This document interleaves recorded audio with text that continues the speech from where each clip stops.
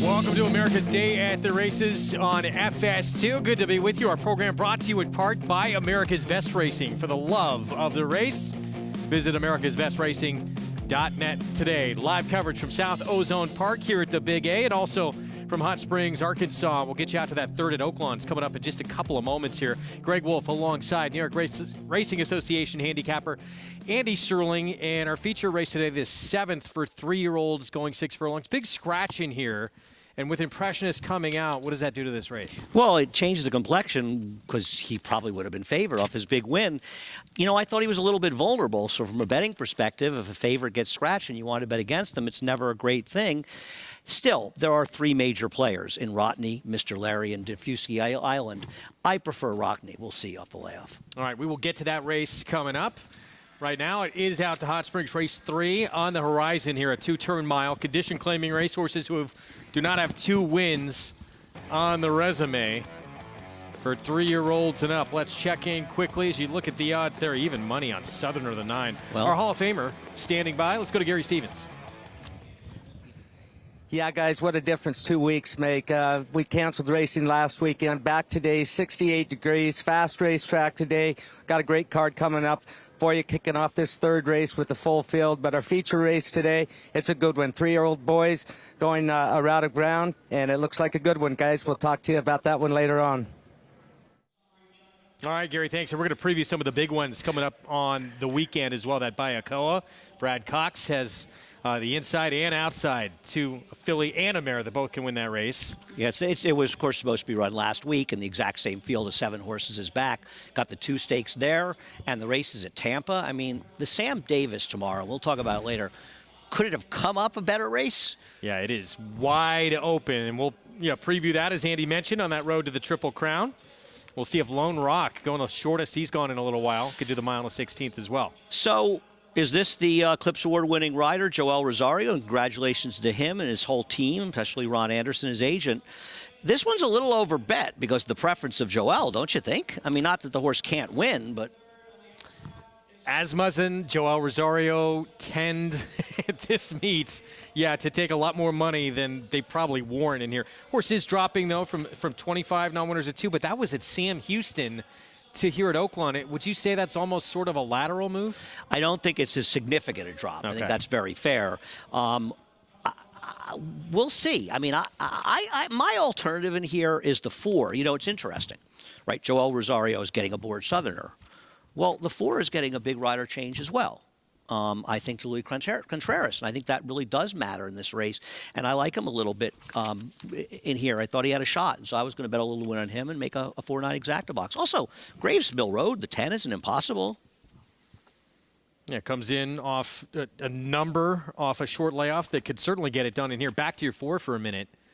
6-1 on Strike a Beat. He has never been on a fast track. His only 2 tries on dirt, it was wet tracks. Yeah, and I mean, I know he mostly raced on synthetic horses, but I thought he was a little bit interesting. I mean, his last race isn't that bad, and Norm McKnight's having some success, and I'm looking for somebody. I don't know. I couldn't find anybody else that I was particularly interested in. That's what these non-winners at 2 lifetime conditions do to you. You try and find for him that you say doesn't look that bad, and we have a favorite who is no question getting way over bet here. Dropped to even money for a moment, back to 6-5. But there's Joel and those blue silks. Steve Asmussen owns this one as well.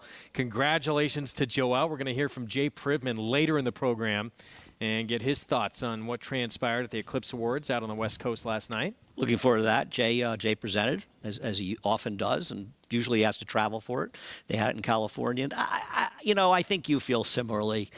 I just was really happy that Joel won. We expected him to win, but a guy you get to know around the racetrack, and it's tough to think of a guy you could be more happy for. Yeah, and just from a performance standpoint, long overdue. One of the absolute best in the game, and finally getting that Eclipse Award. Great moment. So we'll talk about that and a lot more coming up. Right now, 3rd from Oaklawn here, 2-turn mile. Everyone looking for that 2nd win of their career coming up. Let's go to Vic Stauffer. The last horse to load is Mas Tequila.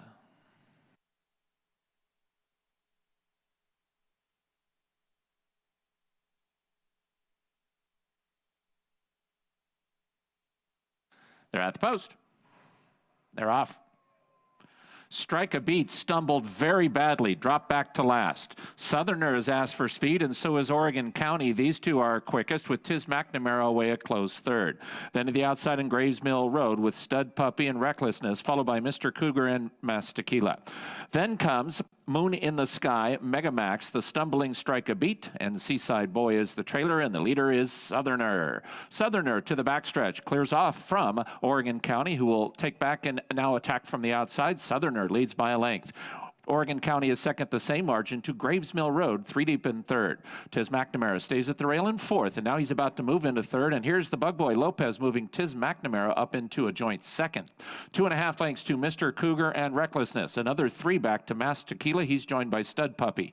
Then it's 5 back to Moon in the Sky and Megamax. Strike a Beat is 20 lengths behind, and Seaside Boy is the trailer. And Joel Rosario and Southerner is the leader into the far turn. It is Southerner, a length and a half in front of Oregon County, who continues to race in second. Graves Mill Road is third. Tiz McNamara has dropped out. Recklessness is at the rail, and Southerner is getting away at the top of the stretch, and now Graves Mill Road going to move after him in second, and that looks like the race at the top of the stretch. Southerner leads by 2 lengths. Graves Mill Road is a second. Tiz McNamara resurgent on the outside, and now back up into third, then Moon in the Sky, but it's Southerner past mid-stretch, and now he is gone. Southerner, a 6-length lead on Graves Mill Road in second, then Tiz McNamara and Strike a Beat running a big race. Here is your Eclipse Award-winning jockey, Southerner and Rosario.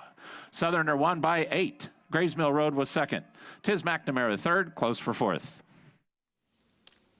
Someone's feeling pretty good fresh off the first ever Eclipse Award. Joel Rosario, Steve Asmussen, short price and warranted here with this performance. I'm always impressed with the riders. They'll win the Kentucky Derby, and they're here for the first race the next day, you know. And Joel Rosario, as you said, you said to me during the race, when did Joel fly back? And he's all business. And yeah, he was a heavy favorite. Zors to beat, but Joel does the right things. He puts him in front, and this was a complete and total burial. My 4 had trouble at the start and affected him, but he certainly wasn't beating this guy.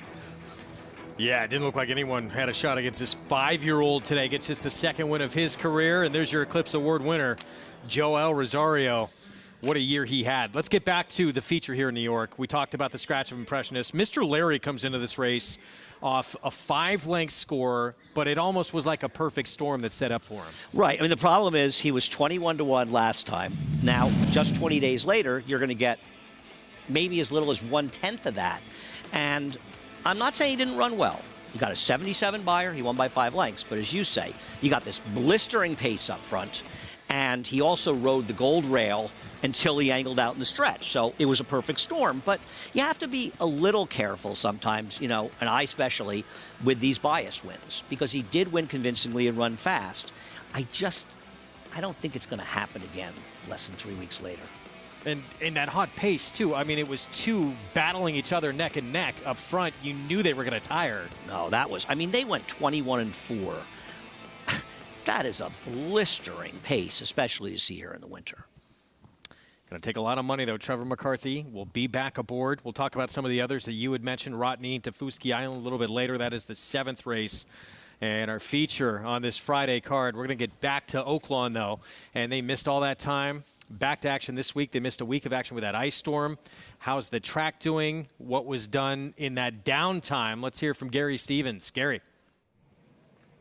Yeah, guys, there's still ice on backstretch in this barn area where it's shady. It's been warm all week long. It's been up in the 60s the past 4 days, and still ice. That's how thick the ice was. On top of the barns, it was sliding off of the slanted roofs, and the racetrack was obviously frozen all of the past week. They started training again on Tuesday. Horses were able to get back on the racetrack. The track maintenance guys have done an unbelievable job excuse me, with this racetrack, and it's at its best right now. They were able to put a lot of water on it the last 2 days, didn't have to worry about it freezing again, and these horses are really enjoying being back on the racetrack, I can tell you that. Well, how did they train? What did they do? Back in the barn areas, they've got this really fine bark that they put in the inside of the barns, and they're able to jog undercover. A lot of the trainers doing that. Even Wayne Lucas, he's got an extra coat of that wood bark, and he's able to gallop his horses inside of the barn area, and that's the way that they kept these horses busy for the week. But sure nice to see him back at full force on the racetrack training in the mornings, guys. Got to improvise, and some of the best did what they could during that tough weather there, but good to have this track back. Yeah, no, I agree. I was looking forward to their races last weekend, and they canceled. Some of the races are coming back, you know, and I was looking through a lot of the races we're covering over the weekend, and there's a few of them being brought back, including the Bayakoa. Well, there's a look at what's ahead this afternoon, presented by Claiborne Farm. So races 6 through 8, final 3 on this card here in New York on the fast going, and then races 6 through 9. 4 through 8 at Oaklawn. Start of the late pick 4 we'll have for you coming up as well. You can play all the races by getting signed up and started with Naira Bets. Go to nairabets.com, download the Naira Bets app, and play along, and hopefully see that bankroll grow as well. Take advantage of that offer, $200 deposit match sign-up bonus. With that code right there on your screen, bonus 200. And bet any track, anywhere, anytime. As we get set for the 6th here at the Big A. Coming up next, a one-turn mile, $25,000 claiming race. And right now, Daddy knows Ray Handel second off the claim, taking a lot of support. I picked him. He's the controlling speed. But, Greg, this is not an easy race. We'll have the post parade for you when we come back from a short timeout. Race 6 ahead here at Aqueduct. You're watching America's Day at the Races on FS2. Stay with us.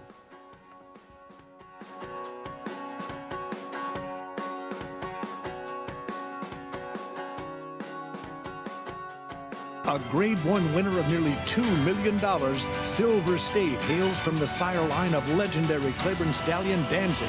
And his second dam is full sister to Kentucky Derby winner Monarchos. After winning the Oaklawn Handicap, Silver State defeated Knicks Go in the Grade 1 Metropolitan Handicap. On the board in 12 of 14 starts from ages 2 to 4, his career included a 6-race winning streak. Grade 1 winner Silver State, standing at Claiborne Farm.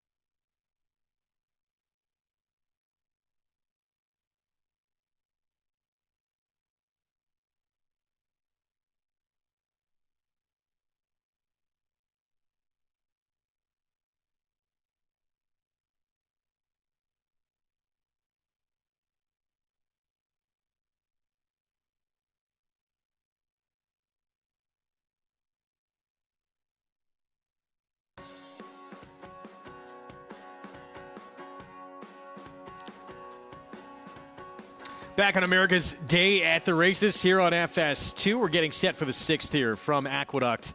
9-5 favorite, Daddy Knows, who's 3 for 8 here at the Big A. And there he is in your screen in the middle of it there. Trevor McCarthy will be aboard for Ray Handel. Let's head downstairs and check in for the first time on the program with Maggie Wolfendale.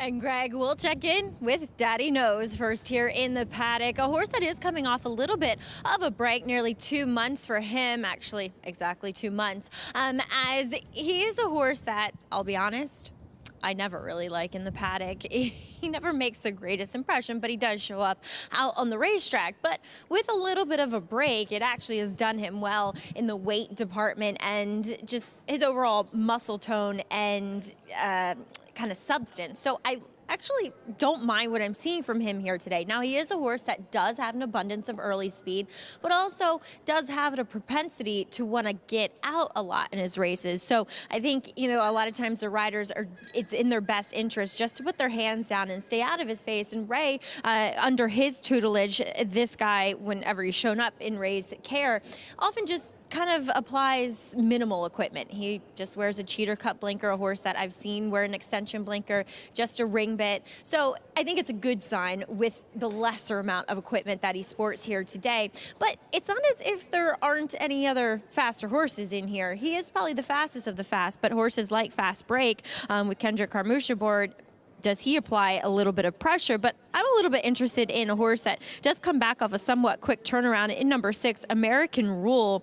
And I thought it was promising, the fact that, speaking of equipment, he came back first off the claim for trainer Bill Morey without the extension blinker on, which he was wearing for his previous connections. I thought he looked fantastic in the paddock. Now, the argument could be made that he moved a bit early with apprentice Jose Gomez aboard, Jose Lascano aboard this time around. Looks sensational, and I think it's a promising move that he does return off the short layoff, despite dropping a little bit in class. I think a lot of these horses, this level is kind of, you know, it's all about the same horses that play from that 32 down to the 25. Number 8, Regal Quality. You know, last time he was a bit against the track. He was chasing a bit wired that day by Blewett, going the 2-turn mile in an 8th, back to a fast track, back to a 1-turn mile, which obviously sporting a record of 4 for 8 at this distance, I think speaks volumes. He looks fantastic here for Rudy Rodriguez. And another horse, Greg, that kind of projects to sit the right kind of trip on today's racetrack. Maggie, thanks. We'll get to this post-parade coming up. Yeah, Regal Quality could certainly get a good trip. 14 seconds in 46 starts, but a horse who might be right there. Well, we've seen a lot of races sort of be dominated so far today by outside movers, which would obviously help him. And this race, he was compromised by Blewett getting a perfect trip, being able to control on a speed track, and I think he ran fine to be second. But as you say, Greg, 14 seconds, 5 wins and 4 thirds. Those are not the kind of horses you want. He is 5-1 at this point, so it's not a bad price. I also don't think we have a real bias here. The last winner, you know, was the inside speed. Sometimes when you get some of these races, they're not the best of horses. You have to be careful about making strong bias conclusion based on some somewhat unreliable horses. So 5-1. We'll see if he does take advantage and be able to sit the right kind of trip in here. There is the 6, American Rule. Bill Morey had a big win last week, still having a big meet, and a horse who's had a lot of opportunities at Aqueduct. He's just 1 for 22 here. Yeah, you know, I'm not sure what to do with him, because I feel like he was sort of a last time was the time, right? He was 6-1. He was coming off the claim. Did Jose Gomez move a little soon? And not a criticism, he's a 7-pound bug rider. He's an exceptional 7-pound bug rider. Home free here, right? Yeah, he's supposed to get it done. And the other thing, Greg, it's not like the race totally collapsed. The horse who was second was actually sitting up on top of the pace. I'm not going to be shocked by any major. We talked about this off camera. But I just feel like he was supposed to get the money last time. And I worry about a horse off the claim, cranked up to win, comes back. They often don't run quite as well. Well, no question, disappointing there. That was with an apprentice aboard. Today it's the veteran, Jose Lascano. You saw a shot of him right before we showed you that race replay. So he is the second choice, 5-2 on the board. And pace-wise in here, you think Daddy knows the 3 who is favored is the quickest of the quick? I think he is, but the problem is, and Maggie was right, and this came up in Talking Horses today as well with Anthony, is that the 5 has a lot of speed. So if Kendrick's aggressive and Trevor isn't as aggressive, it doesn't have to play out that way, but it's hard to see Daddy Knows not being forward because he's a horse in the past that's shown he can run fast early and still stick around. Yeah, there again, Jose Lozcano. He'll be on American Rule, as who we were just talking about, as they come onto the track for our post-parade. We will start with Microscope, just claimed by Gregory DePrima. I mean, I don't think he's totally impossible in this spot to work out a trip and get a piece. We'll see. He's another horse that was probably compromised the way Regal Quality was last time. 9-5 favorite. Here's Daddy Knows. I'm hoping he bottoms out the field and he's just the speed of the speed, but I don't say it with a lot of conviction. Kumar, 2 back. He won for $16,000 here in New York. He did it controlling on the front end. That's what bothers me. And last time out, he wasn't as effective. But it's not like his races, his figures aren't fast enough to be competitive.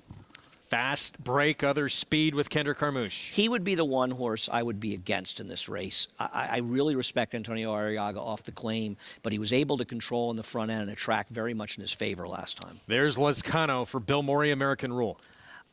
Is his last race better than it looks? I don't know. Keep in mind, the horse who beat him, a 32 claimer, was coming out of a $16,000 claimer. And Regal Quality outside. Rudy Rodriguez second off the claim. This might be the right day to be an outside closer in a race full of speed. We'll see, but as you pointed out, Greg, it's hard to get past those 5 wins in 14 seconds. 7-year-old son of Quality Road, Jorge Vargas Jr. will be aboard. He is 9-2. As we get a look here at the 5 fast break, let's check in with Jonathan Kinchin to see how to play this 6th race. JK. Yeah, look, it's always bad news when Andy and I agree, it seems. It doesn't feel like we've ever been on the same horse and the horse went on to get their picture taken. But maybe today's the day. I thought the 3 Daddy Knows makes some sense in here. Comes back for Ray Handel off a little bit of a short break. Ray reclaimed this horse. I like when trainers reclaim. Now remember, if you enter a horse into one of these claiming races and someone decides to buy that horse out of the race, a lot of times trainers are okay parting ways. They entered him for that price. That's what they felt like they were worth. And I like when a trainer comes back and snags. And not only did he come back and take the horse, he actually raised the horse up in class just a slight bit. And I think that from a tactical standpoint, Daddy Knows should be able to work out a nice trip. Now, the only issue is that I've been leaning towards playing horses that can get to the inside. It doesn't seem like that's exactly what you want here today. This is the type of race where you can really figure that out. If Daddy Knows gets stuck down on the inside and happens to start retreating, I think you know more about this racetrack. I still think Daddy Knows is the horse that you want to play in here, hoping that Trevor can possibly stay off of the inside, but we'll have to see here in a few. But I think Daddy Knows is going to be tough to beat. You know, Jonathan, I wanted to talk a little bit about the track with you. I'm hesitant to say it's a bad inside just because the overall quality of some of these races hasn't been that extreme. Are you confident the track is playing that way? No, I'm not confident. It's just one of those situations where you're not, I think there's some days we've seen throughout the winter where you can just try to handicap who's going to get to the rail, and that's a horse that you want to make sure you use. It doesn't feel like it's one of those days. No question about that.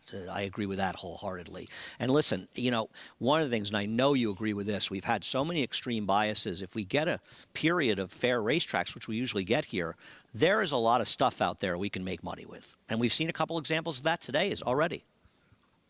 Yeah, we've talked about bias before on the show.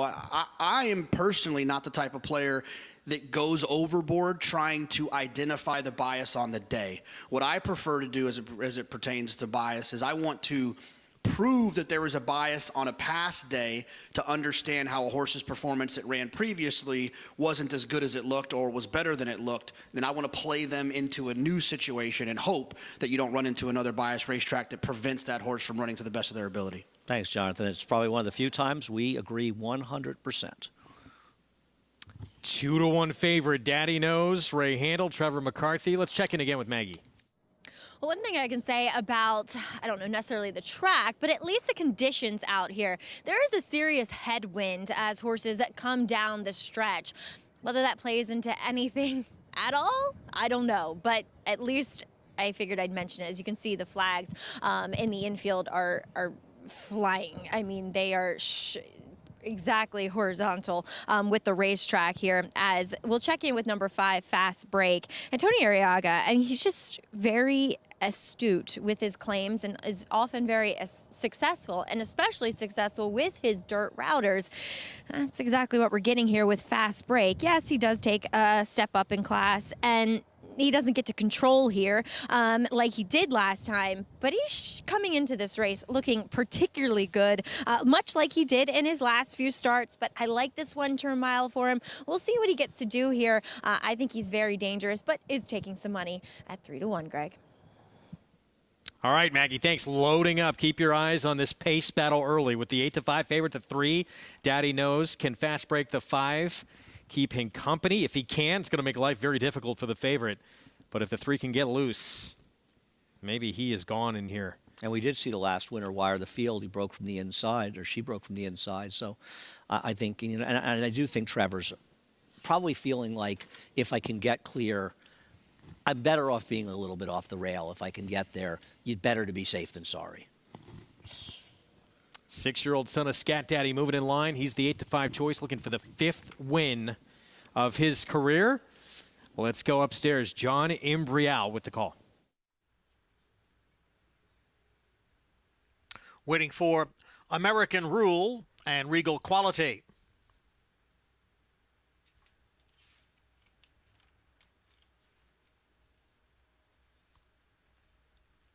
There in the gate.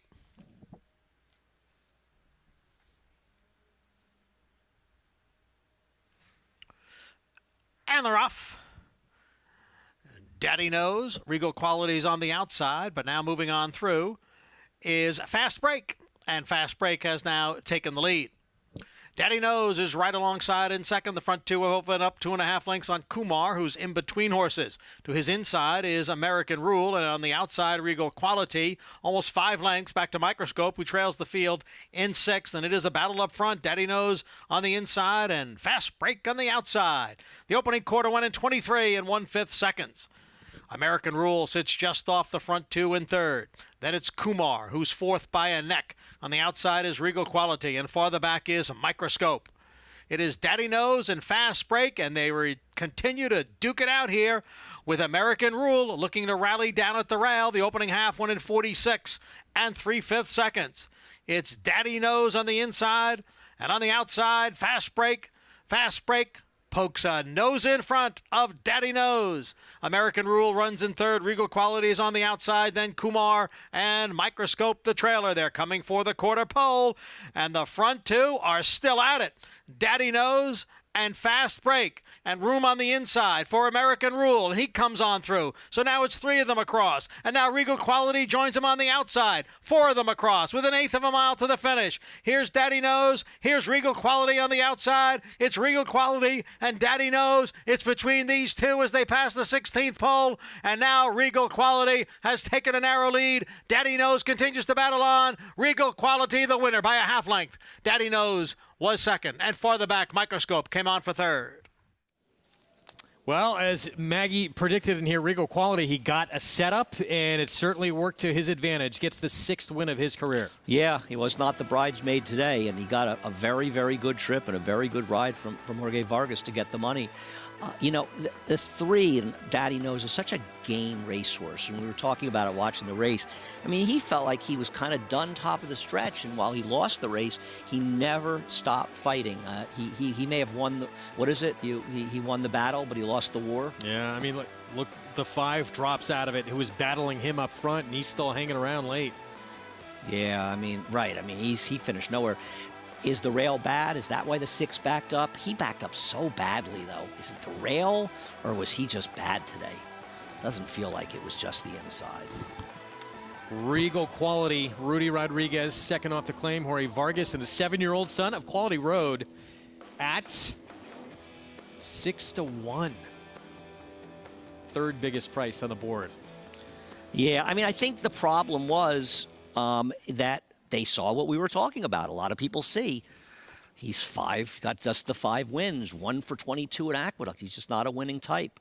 I'm not shocked he won. I picked him 2nd here, but I can understand the trepidation. Interesting race coming up here at Oaklawn. 6 furlongs for 3-year-olds, an allowance optional claiming group. 4-5 favorite is All in Sync, who tried going a little bit longer than Smarty Jones. Now it's back to sprinting. And then you have Pressure on the outside. Both these 2 stablemates. And Pressure, last time we saw him, he was 3rd behind American Experiment, who's grade 1 placed. Yeah, I'm looking at, here's what I'm going to take the easy route. You've got Back to Normal, Pressure, and 40 Stripes all coming out of the same race at Oaklawn. I'm going to throw them out. That leaves me with All in Sync, who's clearly the horse to be as the favorite. What about Buckingham Prince moving up a little bit? I know he's got to get faster. Gets Lasix for the first time. Norm Cassie's horse has been running very well with a limited number of stars. All of them been showing up.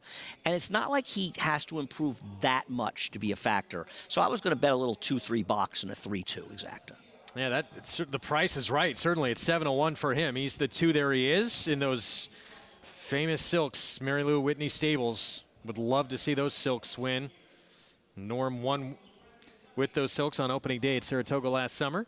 Here's All in Sync. This is one dropping out of the Smarty Jones back to sprinting. He makes a ton of sense. He's a forwardly placed horse, and the 5 and 6 feel like they're both speeds in this race. He should work out a good trip, and he's got the right rider.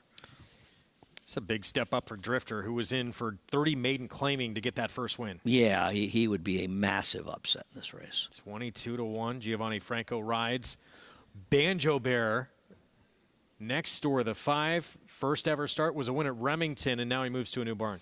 Any trainer switch to Chris Hartman catches my eye. From what we've seen so far at the meet, the Remington horses are not running that well at Oaklawn, though. He went gate to wire in that debut. No doubt we'll try and do that again. Back to normal. Mike Maker, more speed here. I mean, listen, I'm going to try to beat him in here, but I think he's going to take some pressure from the 5, and I just don't totally trust him off that last race. But listen, he did run well last time. It's faced Howling Time, who's going to scratch out of that Sam F. Davis. Jack Christopher. He's going to run the Fountain of Youth. I think that's why he scratched. Yeah. Okay. And pressure outside, so this horse breaks his maiden sprinting, and then had to go against a pretty good one, American Experiment, and Magnolia Midnight for that matter. Yeah, and he figures to be stalking on the outside and get a reasonable trip. He's not impossible. I just kind of want to bet against the horses out of that race. I thought that the others were a little more interesting. Well, let's go to Gary Stevens for more. Yeah, guys, let's get back in sync. The 3-horse with Joel Rosario looking for back-to-back wins for Steve Asmus. He does make all the sense in here. Not only the fact that he's shifting back out of a stake race to Smarty Jones, where he's beaten 7 lengths in that race. Going back to sprinting, he's drawn down towards the inside. The inside is good right now. Speed is tough right now. And he's getting Lasix today. You know, he was beaten 7 lengths. This is first time Lasix for him today, and that's the anti-bleeding medication. So that tells me that they added it. He may have trickled a little bit in the Smarty Jones. But one scenario that's sticking in the back of my head here is if that 5-horse does go and the 6 back to normal with Ricardo Santana aboard for Mike Maker, and something happens with All in Sync where he winds up where Joel has to use him a little more than he would like early on, it's going to set it up perfectly for Steve's other horse, Pressure, in here. That's one scenario that I'm looking at, guys. All right, well, watch this race early on to see how it plays out. Yeah, Pressure, nice to have that backup plan if you're the Asmussen barn. It's nice to be Steve. I mean, his horses only made 2,427 starts last year. It's an insane number. It's crazy. I mean, his operation. It's just he's like he's playing the game Risk, and he's got his armies all over the map. Were you? And I know we can talk about it later too. But were you surprised that Trainer of the Year wasn't a little bit closer? It's funny with those votes, Greg. They always never seem to be that close, you know. And I think a lot of times the performance level with horses and people is closer than the final vote, but it's all like everybody votes for the same person or same horse. You know what I mean? And so I'm not shocked it wasn't, but a little surprising. But Brad Cox won so many big races and big horses, and that really made a difference, I think.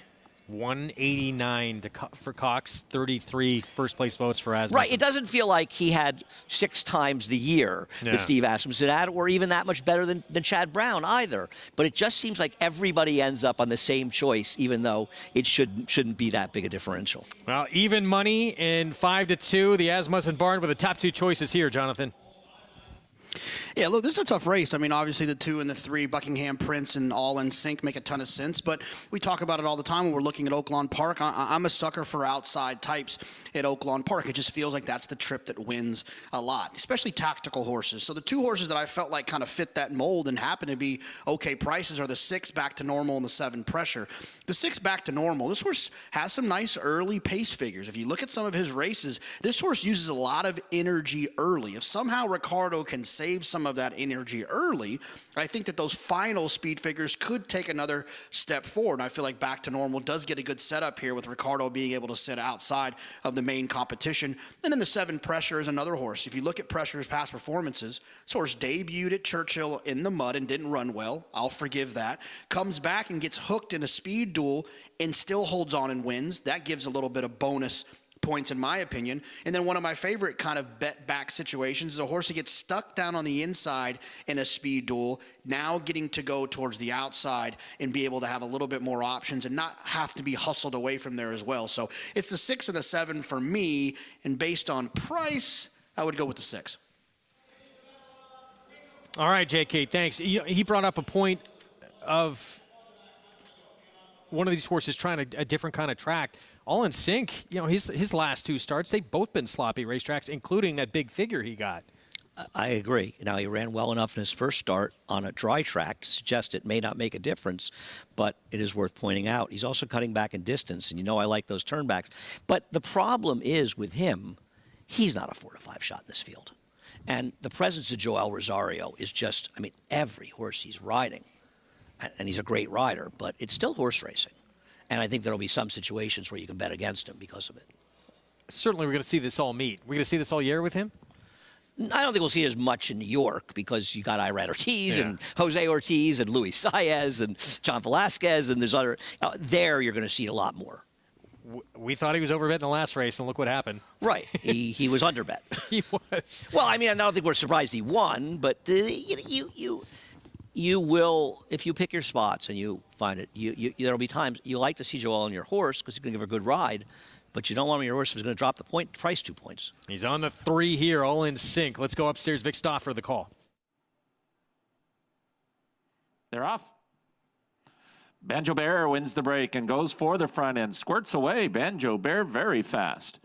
Buckingham Prince and Back to Normal are next, then Pressure to the outside. All in Sync was a bit slow into stride, and now he's a handful. All in Sync in a very tough spot.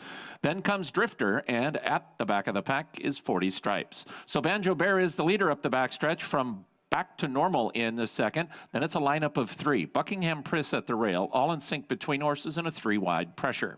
2 lengths back to the 2 trailers, 40 Stripes and Drifter. Many chances leaving the backstretch. Here's Back to Normal to make a run to try for the lead. So Banjo Bear is just ahead in front of Back to Normal in second. Pressure has asked for an all-out drive now. He's 3 deep in third. All in Sync is next. Then comes Buckingham Prince at the top of the stretch they race, and here comes a 3-wide Pressure to challenge Back to Normal. Pressure's on the outside, Back to Normal. Banjo Bear at the rail. All in Sync 2 back in fourth, and Pressure comes to the final furlong and he leads. His stablemate All in Sync comes out and tries to gun him down, and here's All in Sync in the center. Pressure has the lead. Banjo Bear at the rail. All in Sync to the outside. Buckingham Prince even between horses. All in Sync.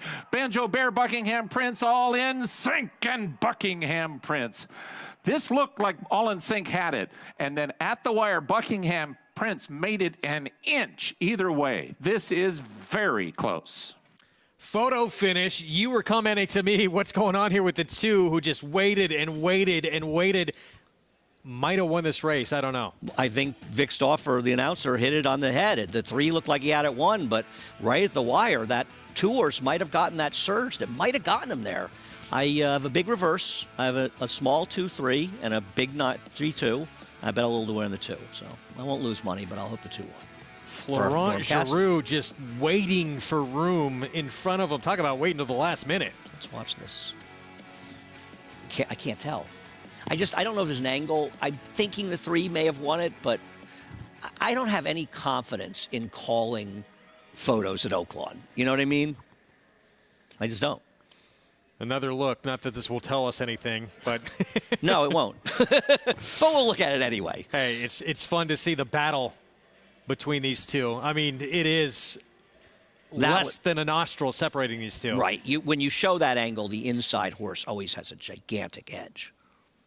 So don't take anything from that. And for Buckingham Prince, the 2, whatever happens here, this horse has some upside. This is 3-year-old debut coming up, just coming off that maiden win at Churchill last year. He did that very professionally. And regardless, he ran a big race here. And Norm Cassie's now started 7 horses, or had 7 starts there. And he's hit the board in 6 of them. And I don't think they've been short prices.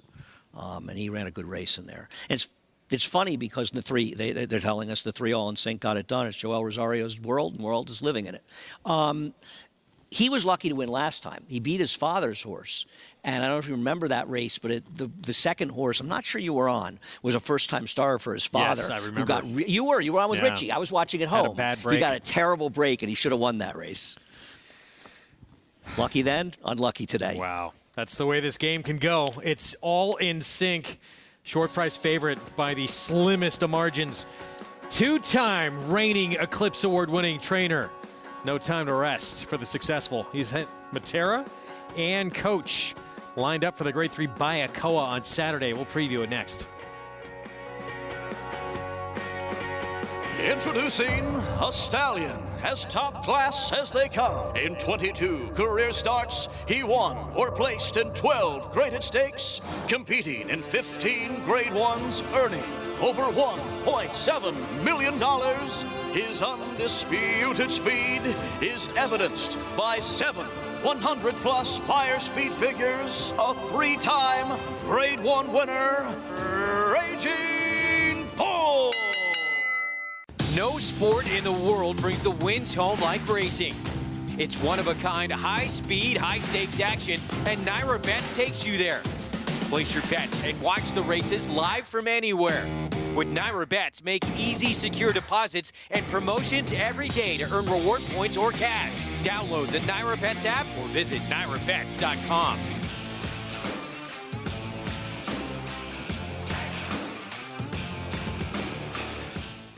Smile Happy was a TDN rising star following his maiden win at Keeneland. From there, he captured the Grade 2 Kentucky Jockey Club Stakes to remain undefeated and earning points toward the Kentucky Derby. In Future Pool 1, Smile Happy was individual leader by lowest odds. Among the top of his crop by stakes winners and earnings, Run Happy continues his rise and is priced for success. Call today and book your mare to Red Hot Sire Run Happy, standing in legendary stall 1 at Claiborne Farm. This season at Oaklawn, we've got more of everything. More of the top thoroughbreds in the world. More days of live racing. And the largest purses in our history. All at a completely reimagined Oaklawn. Come be a part of this historic season at Arkansas's only casino resort. We're back on America's Day at the Races on FS2, program brought to you by Claiborne Farm. 100 years of doing the usual, unusually well. Back in New York, Regal Quality, the 8 sitting back, taking advantage of these two doing battle up front. Yeah, he really did work out the right trip, and that's the good thing when you draw an outside post and there's some speed in the race and you get a fairer racetrack, you get the right trip. But he had to get it done. And the truth is, he's not a horse that's gotten it done that often. And he got it done today for just his 6th career win. Rudy Rodriguez again, second off the claim for him. Claimed off of Rob Atras and gets this one back to the winner's circle. Again, as we've told you, not often the 7-year-old has been able to get his picture taken. Just the 6th win in 47 starts. $14 for the win. That pick 3 with 2 legs remaining here in the pick 5, $393. I mean, for a 50-cent ticket, it's like a $200 parlay to be alive. It's pretty strong. And I'll tell you something, I don't know if the 4 is going to end up being the favorite in this race. I mean, this heavy a favorite, I think he's awfully vulnerable. We touched on it at the top of the show. He got helped in that debut win. Can he make a move forward? That was his debut. He absolutely can. But some runners that certainly can take a step forward too, like Rodney, like Tafuski Island. They're 7-2, 3-1 respectively. But there's the one who's the favorite right now on the board, Mr. Larry. 3-year-old son of Frost Giant, 21-1 when he won his debut, going away.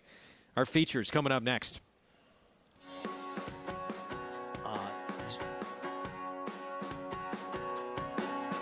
Good Magic's in front. Good Magic pulls away from Solomini.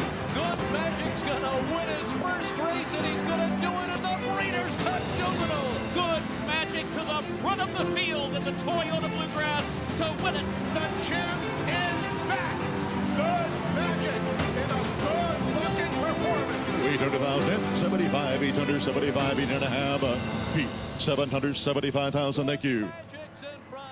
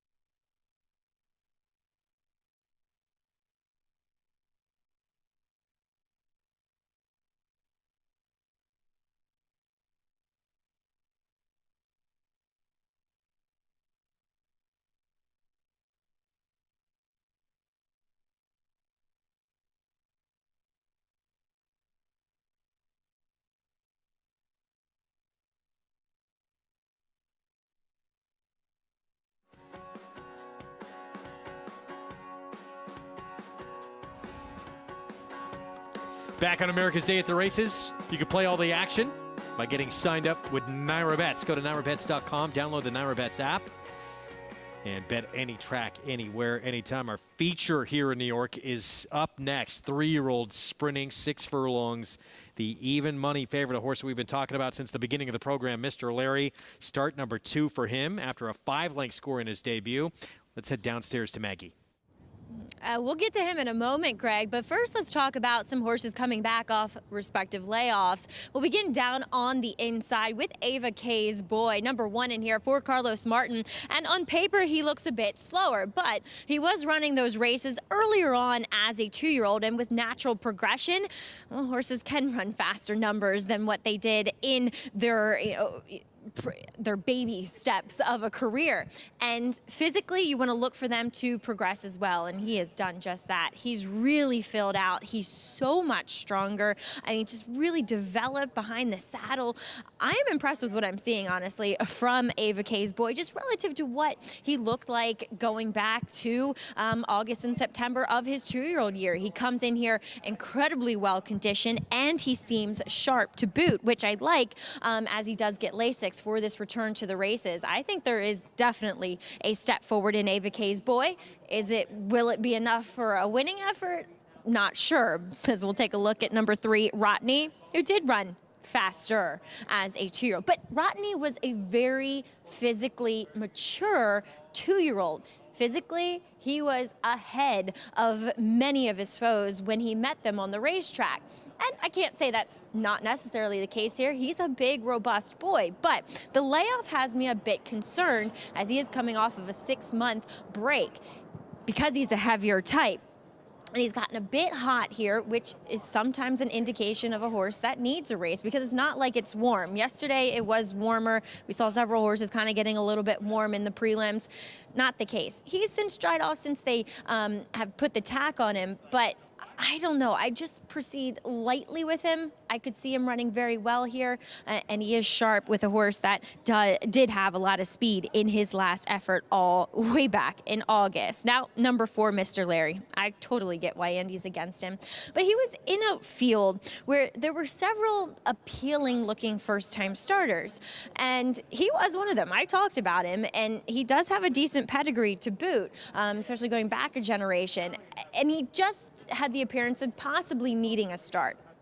Did he luck out getting a really wicked fast pace to close into after spending a lot of time on the good rail that day? Yes, but he he has moved forward from that effort physically. He looks great here. Though I will say, I think he is a horse that ultimately will get better the more distance he gets to cover. So coming back at the 6, I would have loved to see maybe just a step out, but I get it. He ran very well going 6 first time out.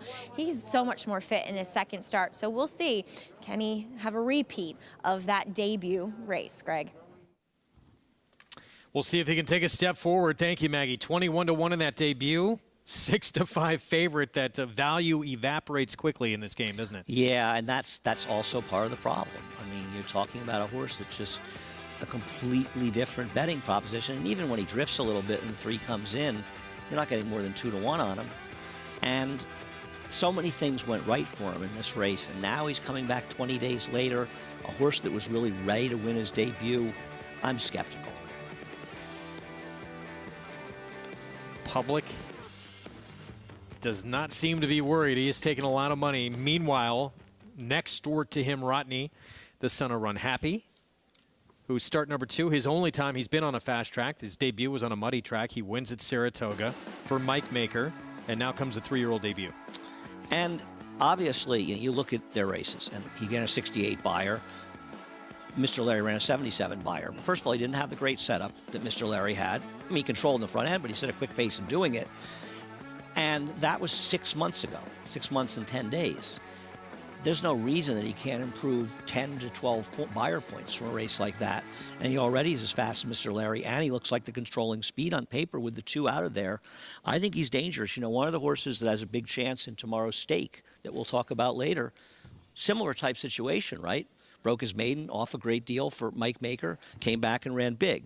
On the other hand, it doesn't mean the lightning's going to strike twice. And here is Defusky Island. Thank you for correcting me. Somebody on Twitter corrected me. Kelly Breen, the apprentice Jose Gomez, and there he is. He's been doing tremendous here in New York, and he's going to be aboard this horse who is battle-tested. This will be start number 7 coming up. And he lost to the horse we were talking about, the Mike Maker horse, Parisi, in his last race. And I thought he ran fine, and there the track was fair. I can't knock him, and that race came apart at the end, and he was still part of the finish. He's run races that would make him very tough in here, but doesn't he just feel a little unreliable to you? He does, but I could see him. I mean, you want a little bit better price. You're not going to get a great price on anyone you really want in here. I played 2 exactas, a big 3-5 and a small 3-1, betting against the 4. There's, again, Rodney Manny Franco. Yeah, we haven't touched much on Ava Kay's boy. He had to deal with Defusky Island in his debut, and then ran basically the same number to break his maiden next start. As Maggie said, and said accurately, he's got to get faster. She thought he could improve, and he's supposed to in the same way that Rodney is, but he's got to improve a lot more than Rodney does, but he's a much bigger price. Not that much bigger, actually. Here he is, son of the 2-year-old champ Classic Empire. This the 3-year-old debut, so you would expect that improvement. Dylan Davis, good to see that he's fine after that spill out of the gate earlier today. Man, he got right up after that, and he just got dumped. I mean, wow. That was on Snicket earlier on to kick off the pick 5. Here is Rodney, 5-2. I'm just hoping he busts out of the gate and gets some wire to wire. Son of Run Happy there. Second choice on the board. The favorite, Mr. Larry. We've talked about him. Obviously, he ran well in his debut, but you got the money that day at 21-1. Do you really need to take him at 8-5? Won his debut, and it's been stakes company against New York breds ever since for Defusky Island. In all fairness, he's potentially getting some class relief. Maybe the 3 and 4 turn out to be stakes types, but he has been running against better.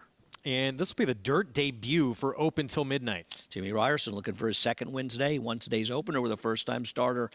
I just wish there was more dirt pedigree. It's really got a couple of, we have no idea who was working that morning, what was asked for from him, but they're good. Quickest of 106 bullet drill on the training track, and then the second quickest at 23, going 3 furlongs. We'll see. He's 8-1. Let's get Jonathan's thoughts here on the 7th.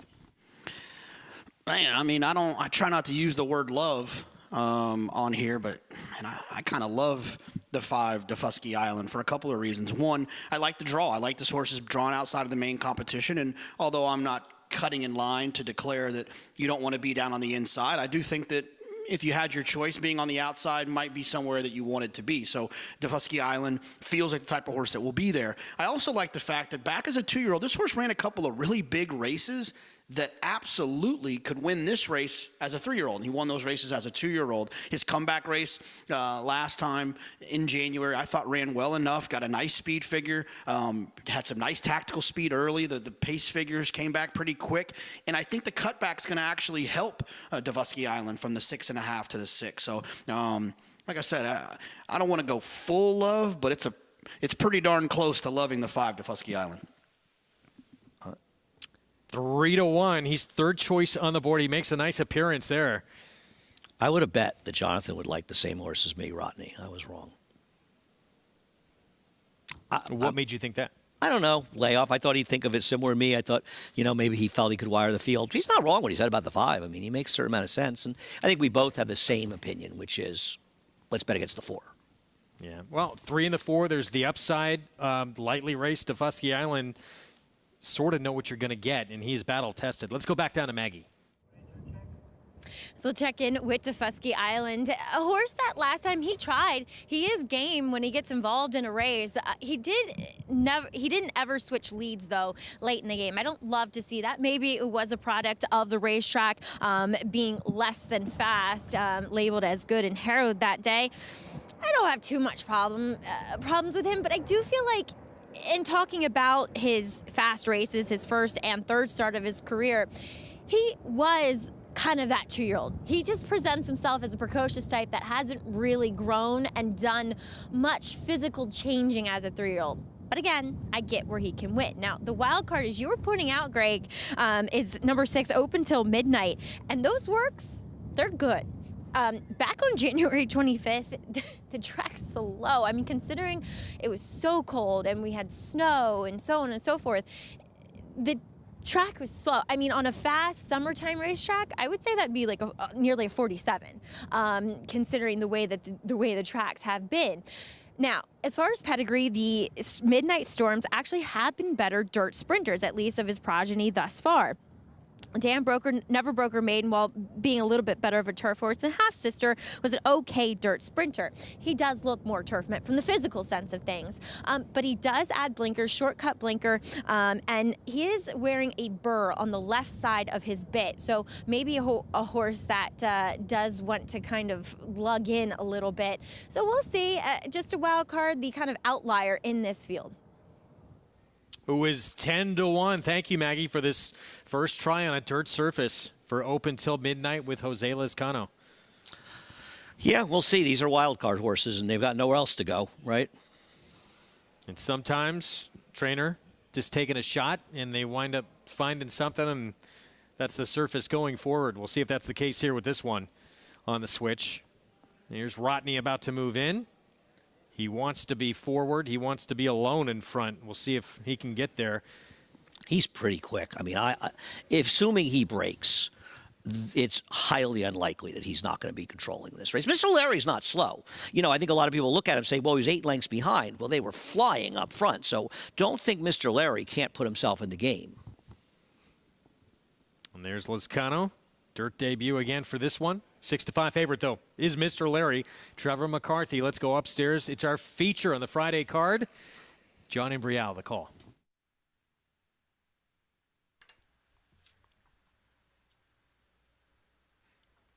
Waiting for the final horse, number 6, Open Till Midnight.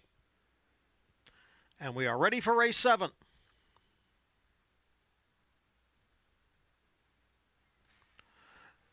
And they're off. Davusky Island. Here comes Rotney, and between those two, Mr. Larry up the backstretch. It is Rotney with the lead. Mr. Larry runs in second. On the outside, Davusky Island is next in third. Ava K's Boy down at the rail, and the trailer is Open Till Midnight in fifth. The leader is Rotney in front by 2. Mr. Larry is running in second with Ava K's Boy down at the rail. As they go into the far turn, it is Rotney in front. Ran the opening quarter 22 and 4/5 seconds. Davusky Island has now moved into second. On the outside is Open Till Midnight. Ava K's Boy is down at the rail, and now Mr. Larry has dropped back to last. Rodney takes the field to the top of the stretch as Manny Franco takes a peek back at the competition. It is Rodney in front, comes off the turn with a 3-length lead, the half in 46-3. Ava K's boy moves off the rail, going after Rodney, but Rodney's still in front by 3. Ava K's boy all out in second. Rodney, the leader. Ava K's boy giving chase in second with a 16th of the finish. It is Rodney, Ava K's boy. Both of them last seen in Saratoga, and they're going to run 1-2 here. Rodney over Ava K's boy and open till midnight. This race was over pretty early, and Rodney is now a perfect 2 for 2 on fast main tracks. He's quick. He didn't even break that sharply. But, man, when they opened up, I mean, we've seen some contested quarters, but 22.83 is moving on this track, and he just kept on going. Maggie was absolutely right about Ava K's boy. I mean, he ran a winning race here. He just ran to a better horse, but he ran very well to be second. Coming through on the inside, angling out. I think a good indication the rail isn't really a problem today, but a good call by her with that horse who was the 4th choice out of 5. And Mr. Larry, I mean, he barely made it the turn. Yeah, disappointing from the 7-5 favorite, no question. Rodney, though, takes a big step forward. Son of Run Happy. He's now won his last 2 starts. And a perfect 2 for 2 is mentioned on fast main tracks. Had to deal with the muddy going in his debut, and he still didn't run bad that day. Manny Franco put this horse in front, and from there, it was good night to the rest of this field. Rodney, Ava K's boy, open till midnight, the dirt debut, rounding out this trifecta at 14-1. 3-1-6-5 finish. Prices for you when we come back, and we'll head over to Hot Springs, Arkansas when we return. Year in, year out, he's usually right in the mix. David Cohen, little work to do to get to the leaders, but he's in the hunt again, trying to climb those rider standings at Oaklawn Park. We'll be back.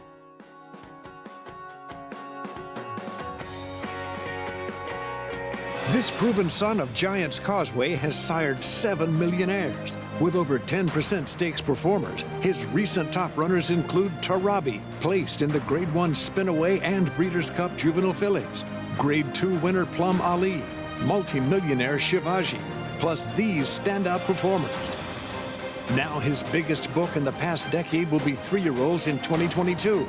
A proven value sire, First Samurai, standing at Claiborne Farm. Blood Horse Plus, available through bloodhorse.com, provides exclusive, timely, and unmatched content to subscribers, including Fox Sports, Blood Horse branded weekly programs, a detailed stakes winners section, behind-the-scenes videos from Blood Horse staff, on-demand access to deeper horse statistics, and a $5 monthly credit to equineline.com. Upgrade to Blood Horse Plus today. Start spreading the news. If you're looking to win in New York, then breed in New York. To War Dancer, the millionaire son of Warfront, and New York's #1 sire of 3-year-olds. Breed to a proven performer, the #1 second crop sire at the Saratoga meet with multiple winners at Belmont and Aqueduct. Earn double the New York Breeders' Awards and participate in the New York Stallion Series with $2 million in purses. War Dancer, proud to stand in New York. Visit wardancerstud.com. Racetrack Television Network brings you every race, from every track, on every screen, every day. With monthly packages starting as low as $5, RTN gives you great value and access to more live HD streaming and race replays than anyone. Visit RTN.tv today to sign up and watch on almost any device, including Roku and Amazon Fire. Use promo code TRYRTN for a 5-day free trial.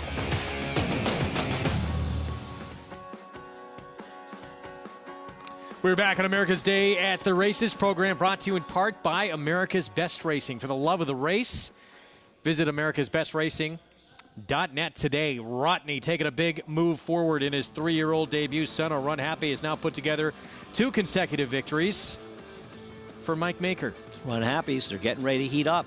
Smile Happy, expect to make his debut in the Risen Star a week from tomorrow. Can't wait to see him back in action. Running against Zandon. But we've seen a lot of these running Run Happies, you know. I think you never want to make too much of a determination based on 1 year. Get too high on them, get too low on them. He's had plenty of runners lately. Kentucky Jockey Club winner who's been so impressive, and that's turning out to be a pretty good race. White Barrio coming out of there to win, and Gulfstream. See what Classic Causeway does tomorrow in the Sam Davis. He feels like he's going to be an underlay, but obviously he can win. $6.90 on Rodney. Second choice on the board. And again, that early pick 3 in this pick 5 sequence, doesn't matter what happens, the final 2 legs, it's going to be good. Yeah, I'm looking at the parlay, and it's close to $2,500 for $2. So that's over $600, about $600 for 50 cents.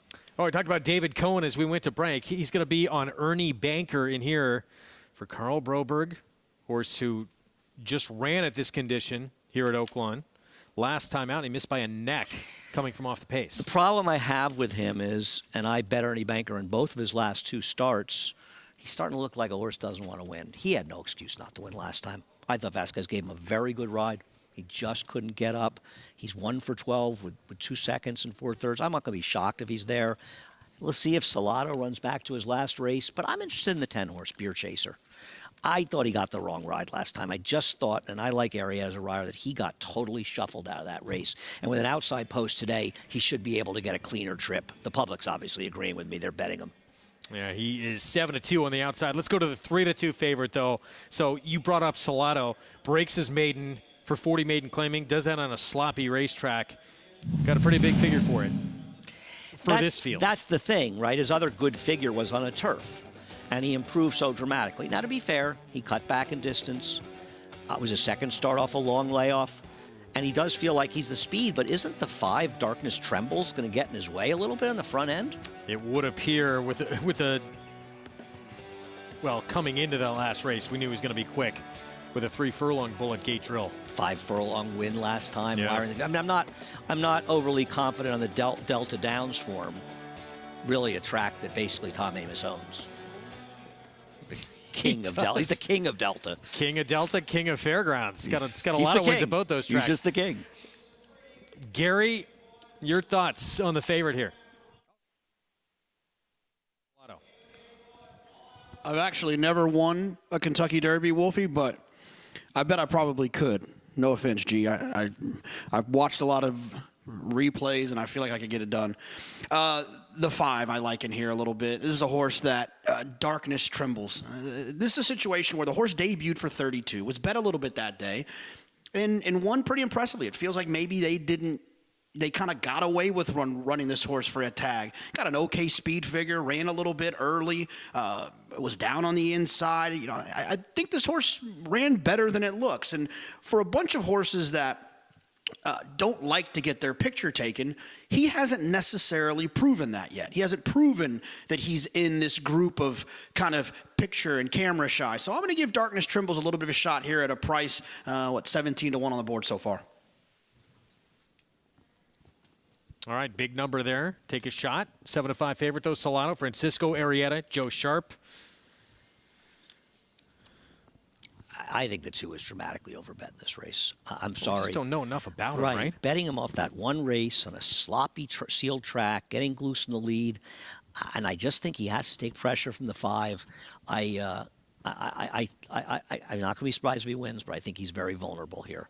And, looking at the 10 Beer Chaser, you look at some of his races before the layoff. He came back. It wasn't a long layoff, just about 3 months. But he was running figures that made him competitive, and he ran well at Keeneland in running second. One Fast Cat's pretty good who beat him.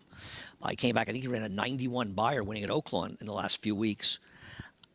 Last time out, I mean, just look at where he is in his other races. He just got completely shuffled out of the running in there. He had position, and he just lost it. Meanwhile, Ernie Banker again, the 4, back-to-back seconds, both beat by a neck in the mud at Aqueduct, fast track at Oaklawn. See if he can break through here to get the second win of his career coming up. What about Nip and Tuck, this 3-horse on our screen right now?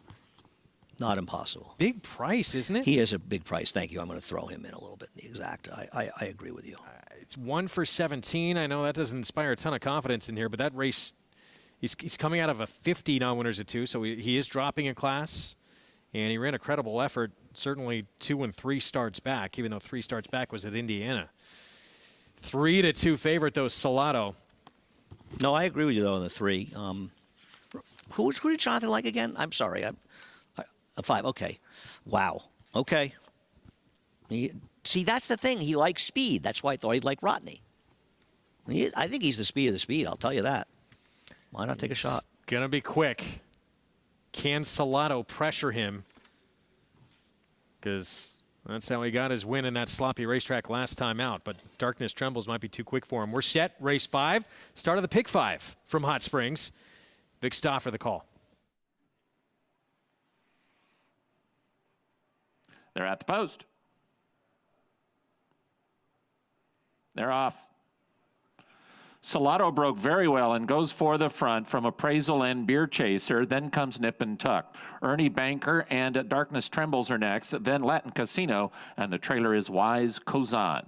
It's Salado up the backstretch with Beer Chaser to run into second. Salado leads by a length.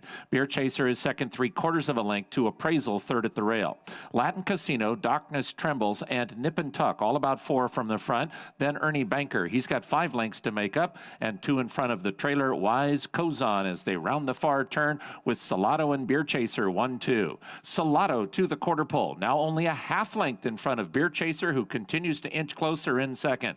Then it's 2 lengths to Latin Casino and Appraisal, top of the stretch. Salado is now only a neck in front of Beer Chaser. These two set the stage for a good stretch battle. Beer Chaser outside, Salado at the rail, and Salado is just ahead in front now. Beer Chaser continues to press and try to get by. 2.5 to Latin Casino, Salado and Beer Chaser 16th, and Salado's now back in front 3/4. Beer Chaser going to try him again to the outside. Salado, Beer Chaser might have him, and he does. Beer Chaser in front.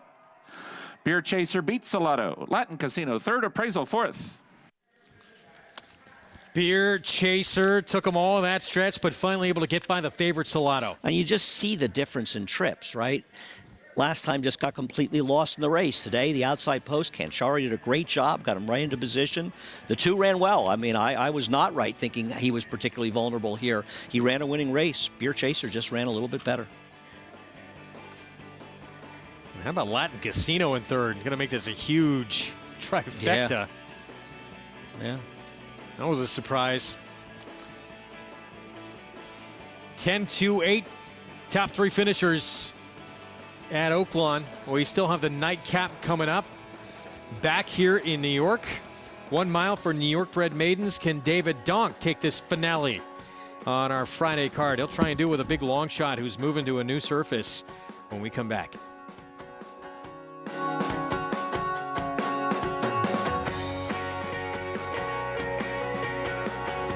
Harris Farms, proudly standing Smiling Tiger, a triple Grade 1 winner, defeating Breeders' Cup champions Dancing in Silks and Amazombie, a leading California sire with over $9.7 million in progeny earnings, with 94 winners in 2021 and graded stakes superstars like Spice Perfection. Spice Perfection wins the Grade 1 La Brea. And Tiger Dad.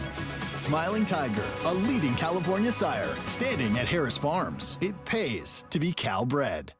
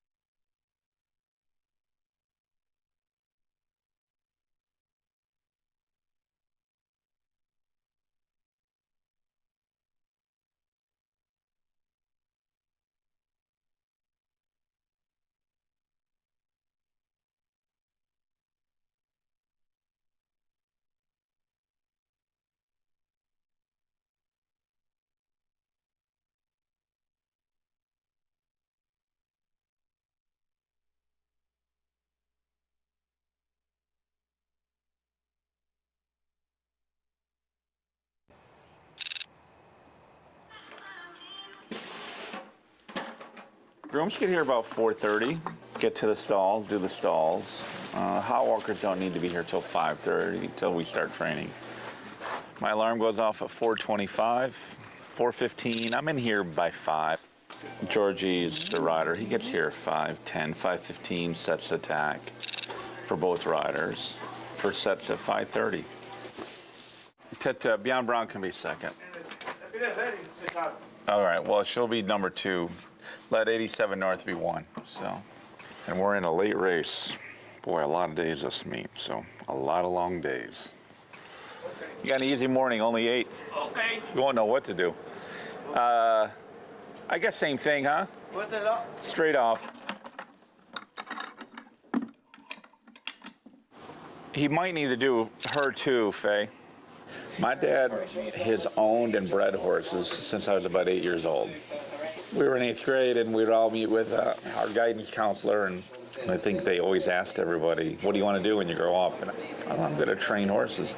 And told my dad about the conversation with my guidance counselor. He was not happy. Listen, you're never going to make a living doing that. You got to plan on doing something else.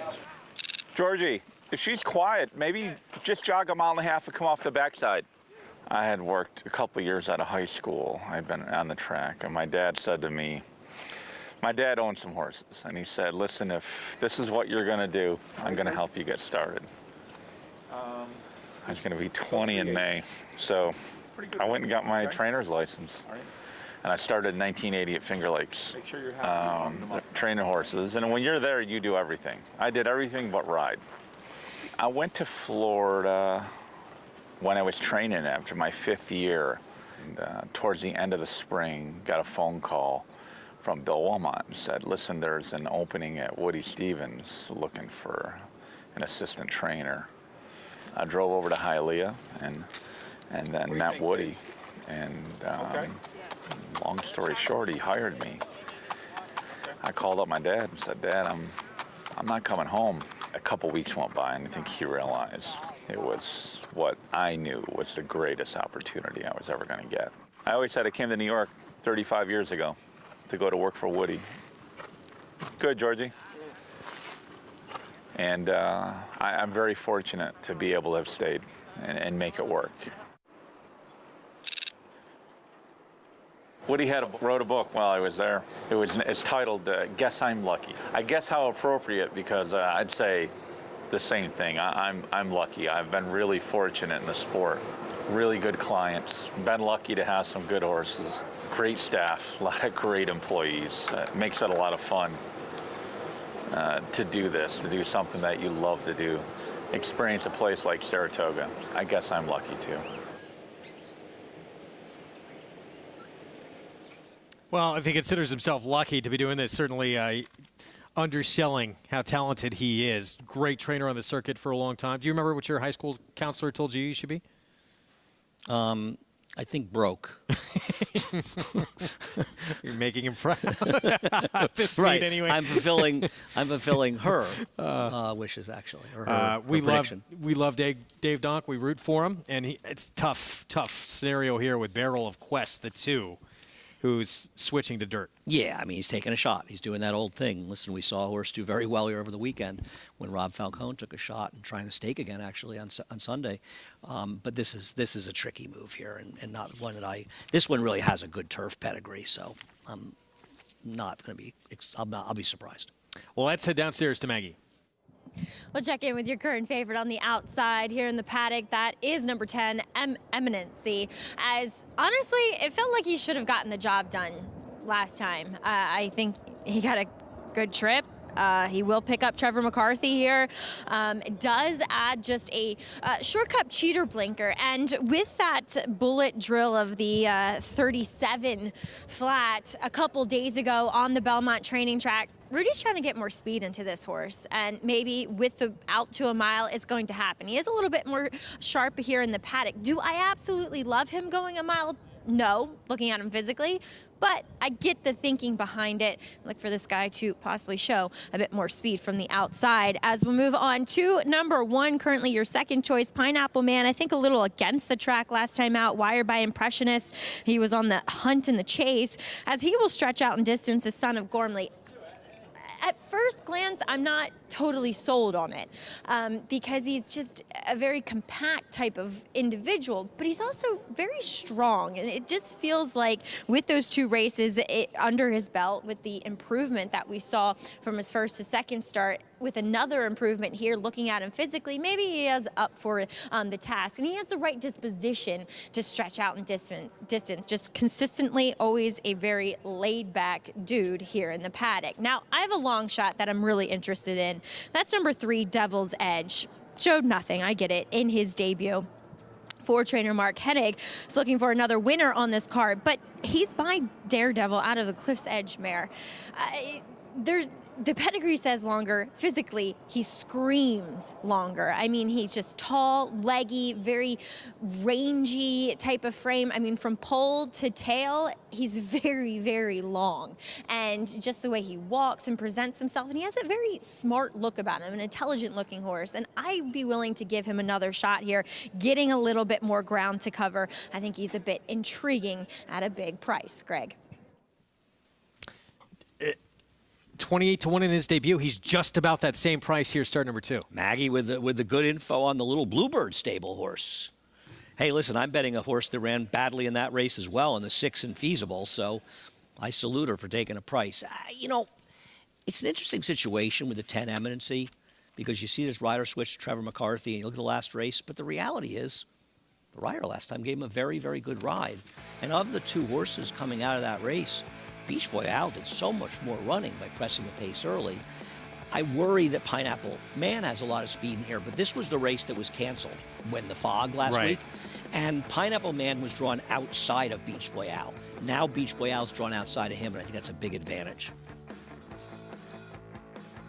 So for Eminency, you kind of downgrade this performance just a little bit in terms of who did the most running. I agree. I just don't think MSC did that much running. He had a perfect trip in the race. The race was coming apart, and he was picking up pieces at the end. Yeah. And the runs that were in 1-2 came from way back. Trevor McCarthy gave a sensational rider, the winner of that race. And Beach Boy Al, I think, is the one you're supposed to take. And one of the reasons the public is betting, I have to think, is the rider change. Because looking at their 2 performances, it's at best a coin flip, right? There's the 8-5 favorite. And, you know, we hear Tom Amos say this a lot on the program. This horse putting blinkers on today, that's usually, often, at least in his thinking, not a great thing. Because it means the trainer's trying to find something more for a horse that he's obviously not doing enough. Not only do I agree with him, he's the trainer. Yeah. So basically he's saying a lot of times I make blinker changes, I'm getting a little desperate. And I think that's a lot of the times. And I don't think trainers would hide that. You know, there are times when a rider may say something, they'll see something, and they'll make a change. But for the most part, you're just trying something new. Despite that, he's 9-5. Beach Boy Al, here he is, close to the pace early. And he only got beat a length in the end in his debut, and that was going 7/8. Not necessarily easy to go first time out, and that's going to try and last a mile today. Yeah, we'll see. I mean, I do think in a lot of ways he's a more likely winner than the 10. And I actually think he probably should be a shorter price. Myself, just had the one chance. I'm going to try Infeasible and the 6, and I am going to readily admit he may just not be much horse. But he comes out of a race, it's a very strong race. Bold Journey was in there, it's going to be the favorite in tomorrow's Gander, which we'll talk about. Golden Code came back with a nice win here the other day. Pretty much that was a merry-go-round race in the sense that they ran 1, 2, 3, 4 around the racetrack. So maybe he was inhibited. I'm going to hope he improves. I also am fully aware he may just not be very good. He is a half-brother to a pretty good horse, though, in Tis the Law. Indeed. Tis the Law, he's not. But I'll take Tiz. Well, if he's just that much of him, he still should win here for fun. And then you have Pineapple Man on the rail. Mike Maker, start number 3 for him. He did move forward, certainly, in that second effort. Sloppy racetrack. He'll get Lasix today. But he's got to move forward again, doesn't he? And the thing is, the 7's going to be pressing him. I'm very surprised that he is roughly the same price right now as the 7. Could never have seen that. The 7 just seems to be a faster horse. And it's also not like it's a track that's helping inside speed. Yeah. No, good point. That is surprising. Those 2 are so close. Probably changed by post time, you would think.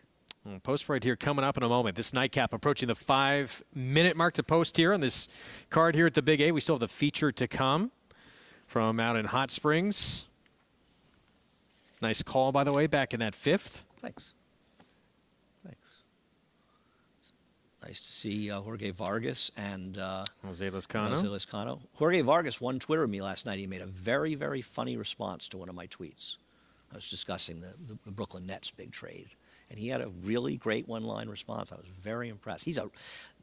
Jorge is such a, last year he gave a terrible ride on a horse, and I commented on it on Twitter, and he came back and said, it was so bad, I was embarrassed to go see the trainer after the race.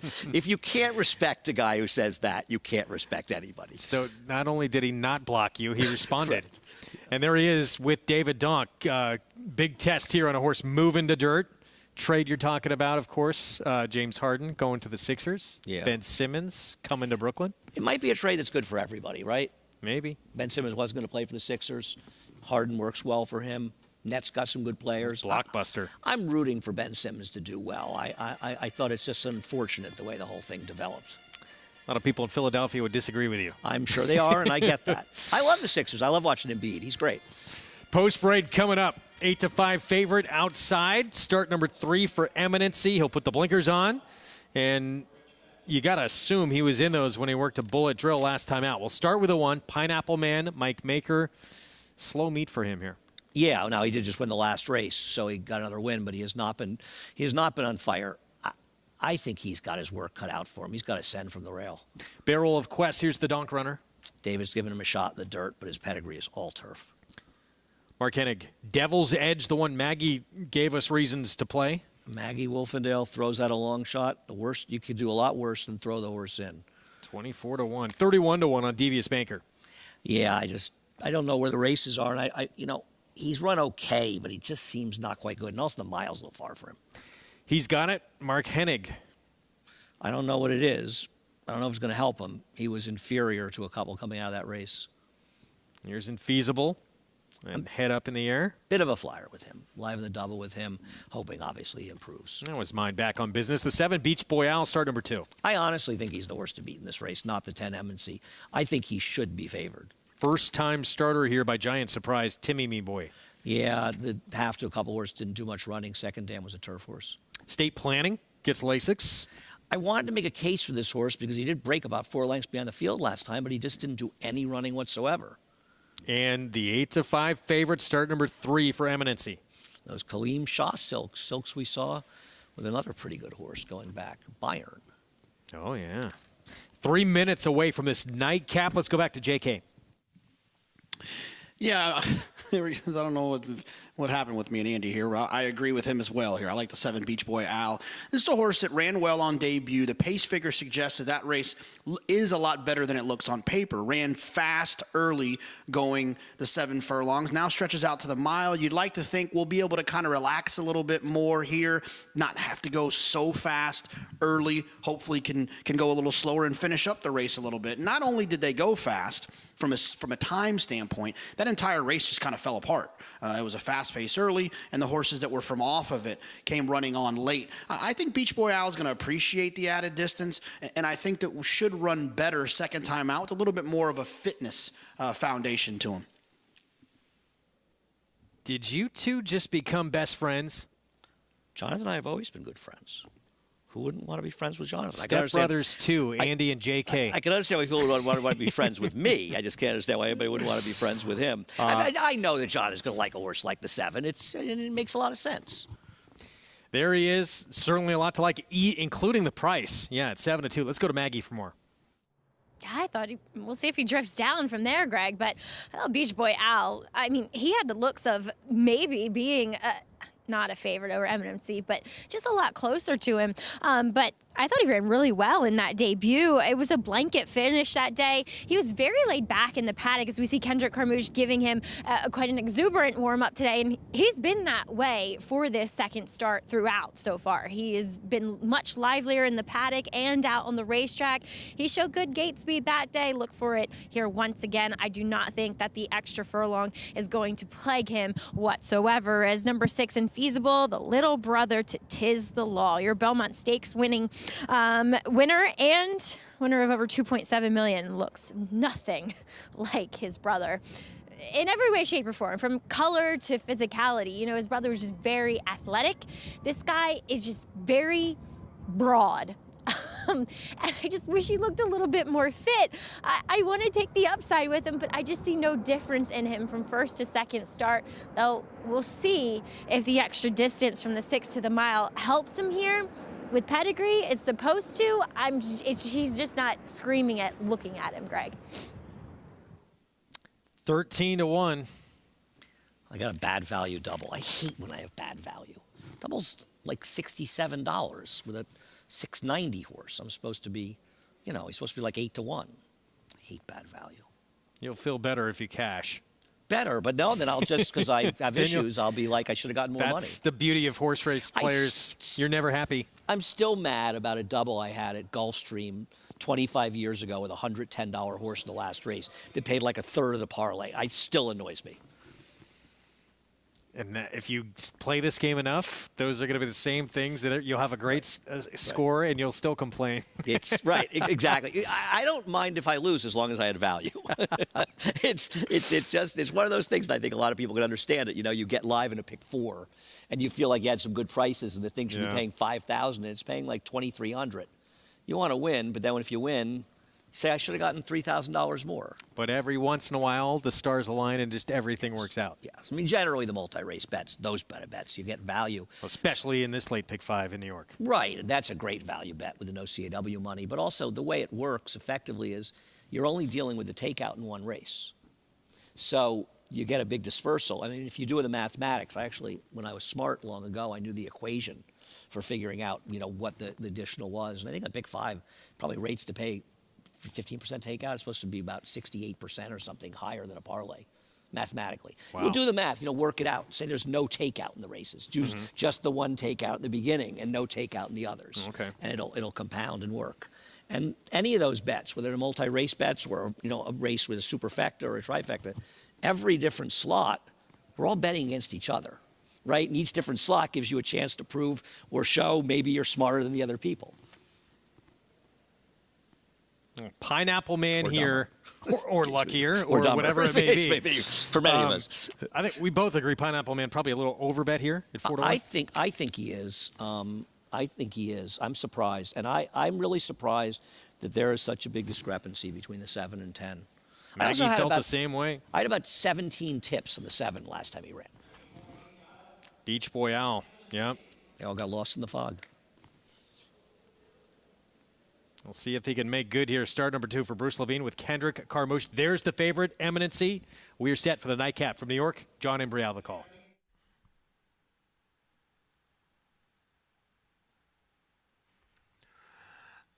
And they're off. And it was a good start for Eminency from the extreme outside. Beach Boy Al is there along with He's Got It. Beach Boy Al, He's Got It. They're right together. Eminency on the outside in 3rd. Devious Banker in between horses. Pineapple Man is down at the rail and running in 5th. Infeasible is next in 6th, followed by State Planning in 7th. Then Devil's Edge in 8th. Timmy Me Boy, extreme outside. Barrel of Quests is the trailer in 10th as the field moves up the backstretch after a quarter in 23-1. Pineapple Man down at the rail has the lead here over Beach Boy Owl with Devious Banker just in behind the front runners in 3rd. Then it's 4 lengths back to Eminency, who is moving up on the outside from 4th. To his inside is He's Got It. Barrel of Quest has moved up down at the rail and taken 6th. Then comes Timmy Me Boy on the outside in 7th, followed by the gray Infeasible. As the field goes around the far turn, half mile, 47 seconds. Pineapple Man by a head. Beach Boy Owl is on the outside in 2nd by 2. Eminency runs in 3rd. Devious Banker down at the rail. Barrel of Quest is now up into 5th. And then comes Timmy Me Boy. On the far outside is State Planning. They're at the top of the stretch. It is Pineapple Man and Beach Boy Owl. They are right together.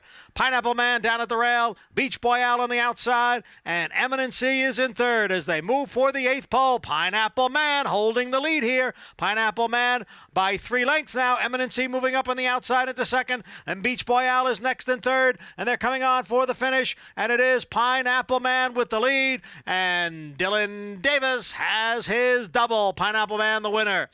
Looked like Eminency did hold on for second over the late closing State Planning. Double for Dylan, as you heard, in the last two on the card for trainer Mike Maker. They bet this horse like they really expected him to run 7-2, and he ran big. I am surprised, and he ran very well. Maggie felt that he would have no problem in the distance. And I don't think that Beach Boy ran badly, and you almost wonder if the one wasn't in the race, right? Maybe he's able to control it. Even though he ran fourth, he might have won, but he's just no match for this horse. And on this racetrack, maybe the track sped up, maybe the rail got a little bit better, but this is a pretty quick race. I wonder if the track sped up. Big close, by the way, by the 9. Just missed getting second. State Planning, who did not run at all in his debut. 27-1 to get third there. By the way, even money in the end. Eminency bet down even further. And once again, Trevor gave him a good ride, but the rider before gave a good ride. And this was one where, you know, just because it was a rider change, and it was a positive rider change from the stance that Trevor's, you know, as good riders we have around here right now, but what could he do? Dylan Davis the win. Young man having a terrific meet. Meanwhile in Hot Springs, polar opposites. John Court into his 60s and still having a tremendous going at the Oaklawn meet. More on his story next.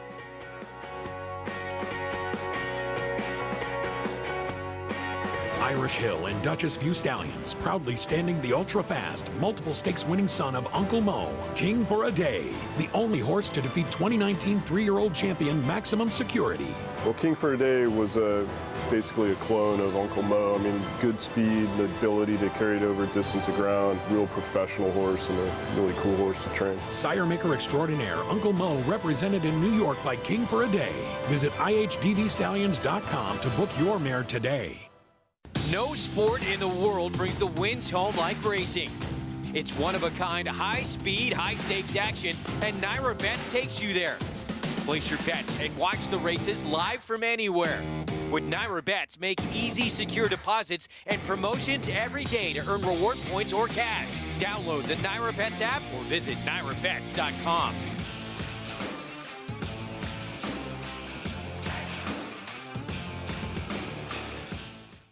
Eclipse champion Blaine ranks among the nation's top sires at a fraction of the price.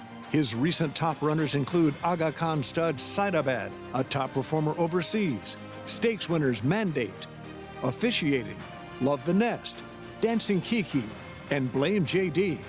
With success on the track and success in the ring, this proven son of Arch is truly a gold value stallion.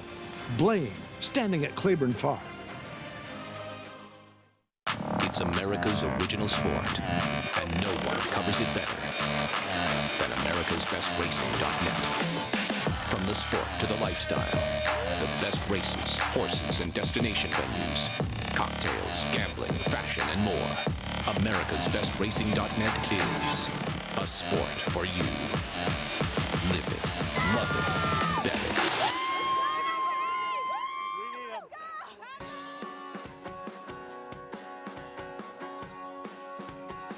We're back on America's Day at the Races on FS2. Good to have you with us.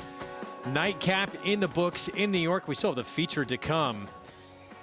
And the pick 4 coming up out in Hot Springs, Arkansas, begins with this race. Maiden special weight for Arkansas bred runners, 6 furlong sprint. And you and I were just talking off air, pattern bet. Big debut to just miss by a neck. Some other interesting runners in this race, including Run Fearless, Jinx Fires, John Court. The old veterans still doing it. Out on the circuit for more on John Court and Jinx Fires. Let's go to Gary Stevens. Yeah, guys, I came to Hot Springs, Arkansas for the first time to Oaklawn Park in 1985 to ride the Arkansas Derby. That day I met John Court for the first time. He's a gentleman, great guy. He's teamed up for many, many years with Jinx Fires. He's a gentleman as well. Come out every morning, see these guys out there. It's been cold out here still, even with the warmth we have today. It was really chilly this morning. Both of them have their chaps on, their leather chaps. They're bundled up, and you can count on, you're going to see John Court on at least one horse every morning for Jinx Fires. And they've been a team for, 4 decades here at Oaklawn Park. And this filly right here, she's had 9 starts. She ran a good race last time out. She was carried wide around the turn, about 4 or 5 wide, and closed to be a good third-place finisher. She broke from the 11 post position that day. That's one of my worries today. She's drawn 2 positions better in the 9 post position today, so hopefully John can work out a trip where he's able to save some ground, doesn't lose too much ground early on. One thing about Jinx, he always leaves it up to John how he wants to ride him. He knows he's going to get his money's worth with it, guys. Gary, thanks. 81-year-old trainer, 61-year-old rider, he's in your top 10 at this meet, John Court. No, his horses have been doing well, and it's nice to see him do well. Certainly a jockey that's had a big career. I like seeing, too, is he's got 10 wins and more wins than he has seconds and more wins than he has third. It means he's making the most of his mounts. 5-1 on their mount, Run Fearless. Meanwhile, 7-5 favorite, Pattern Bet. This horse, late in the stretch, exploded to just miss by a neck. Is Pattern Bet a bet, JK? Yeah, well, we'll see what happens with the final odds. I mean, I think if you know the price, what is he, 3-1 at the moment? Excuse me, 3-2 at the moment. I don't think that's necessarily terrible for a horse like this, whose last figure was faster than basically everything else in here is run as of late. And you'd like to think that with the slow start, kind of had a little bit of trouble through there. And I think this horse is going to run even better this time. This horse takes even a little step forward, just a little baby step forward. It feels like Pattern Bet is going to be extremely hard to beat. But the concern is this horse, is it a habit? Is this horse going to break slow again? This filly, is she going to break slow again? Is she going to get into some trouble again because she doesn't have a quick turn of foot to get out of those spots? That's really your biggest concern. But if she runs back to her debut, she'll be getting her picture taken here in a few minutes. I'm glad we got to see that. I mean, that was... It's a state-bred race, but that was quite a surge she showed us late in that race. And I think, breaking from the rail first time out, now breaking towards the outside is probably to her advantage. And also, you watch that race, it's when she got out in the clear. She was behind those horses. Even though a bunch of lengths behind them, it's when she got in the clear that she really kicked it in. So help her being outside. I played a 7-3 exacta. Small reverse and mostly 7-3. They'll Catch a Whiff. I'd rather take a horse like Catch a Whiff, who has just the one start, than a horse like Choctaw Charlie, who's probably the logical horse for second, or even Run Fearless. They've had so many chances. And Catch a Whiff just kind of got lost in that race a little bit early, and I didn't think ran badly. Now, the comment line is traffic quarter pole. I did not see it. But, and we were talking about it off air, solidly bumped the horse from her outside at the beginning that put her last early on in that race, and then still managed to move up and get fourth in that field of 11. So there's upside with the 3, no question. 12-1 right now. I think that's too big a price, and it's also, I think, a positive rider change. Yep, Luis Contreras for Jason Barkley, start number 2 with the 3 at 11-1, but Pattern Bet the 7. She can improve off that debut. She is going to be very tough. Pick 4 starts here. Let's go to Vic Stauffer. One way or another, and 2020 redo.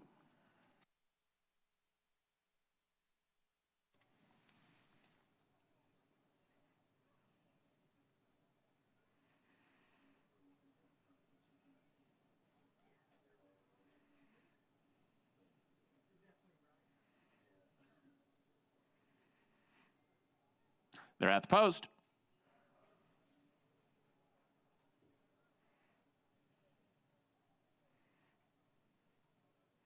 They're off. Amazing debate and One Way or Another with Run Fearless. Catch a Whiff is on the move. Between Horses, Sweetness 2 into the outside 2020 redo. Then Pattern Bet and Choctaw Charlie. At the back of the pack are Lightning Heart and Epworth. It's One Way or Another up the backstretch. A neck in front of Sweetness 2 in second. Then a lineup of 5 horses. Catch a Whiff, Choctaw Charlie, Pattern Bet, a 4-wide Run Fearless, and a 5-wide 2020 redo. Then 2 lengths further back to Lightning Heart. At the rail goes Amazing Debate, and Epworth is still the trailer, and One Way or Another is still the leader. Run Way or Another, 3/4 of a length in front of Sweetness 2 in second. Pattern Bet in good striking position. If she's good enough in third, 2.5 back to Choctaw Charlie, and a hard-ridden one, Fearless. Then comes Catch a Whiff, top of the stretch, One Way or Another. Cuts the corner and leads. It is One Way or Another, a length and a half in front, but now Pattern Bet is coming after her in second and trying to run down this first-time starter. One Way or Another reaches. Pattern Bet. These two are 12 lengths clear. It is One Way or Another or Pattern Bet who just shifted in, and that might cost her. One Way or Another, Pattern Bet, One Way or Another. One Way or Another beat Pattern Bet. It was 10 back to run Fearless and Sweetness 2. Well, you heard it from Vic Stauffer, 4-5 favorite, ducked in a little bit in the stretch, and we didn't see that strong late burst. She kicked into gear late, but she ran out of room. She's actually a little less professional today than first time. The thing is, she did run a winning race, right? You take the first-time star of the race, and she beats the rest of the field by a pole. The winner just ran a better race. She was a first-time starter. It was ready to roll. First foal from a dam who did very little running. Never won, yeah. Yeah, I mean, there was, I mean, I know they're Arkansas breds, but there wasn't really anything I could find in the pedigree to suggest this horse would run, and run she did. Third time going to be the charm for Pattern Bet? You got to think so, right? I guess. She did beat the rest of the field by a lot. This is an early race to have 3-year-olds facing olders, right? And the winner's a 3-year-old. Yeah. She was 4-5 today, Pattern Bet. It's going to be 3-5 next time? Guess it depends who she's running against. But she did beat the rest of the field by a lot. This race probably comes up a decent figure. In New York, Pineapple Man, Dylan Davis, couple on the card, and the last two go to trainer Mike Makers, getting back in a winning track. Yeah, I've been having a slow meet, but this turns things around, and he's going to try to win the stake tomorrow with Barisi, who we'll talk about. Nice for Dylan, get that win after he got dumped earlier today. Glad to see that worked out for him. $5,380. Dylan Davis in that first leg of the pick 5. He got dumped right out of the starting gate on the favorite. Parlay was probably right around $3,000 for 50 cents, so you got about 68% more for your money. Just as you said. It's just such an easy game, isn't it? The math is easy. Feature still coming up from Oaklawn tomorrow. They have a couple of graded stakes we're going to bring you, including the Grade 3 Bayakoa. Brad Cox, he's got 2 major contenders, including Coach, who's trying to win her 3rd in a row with Ricardo Santana Jr. aboard.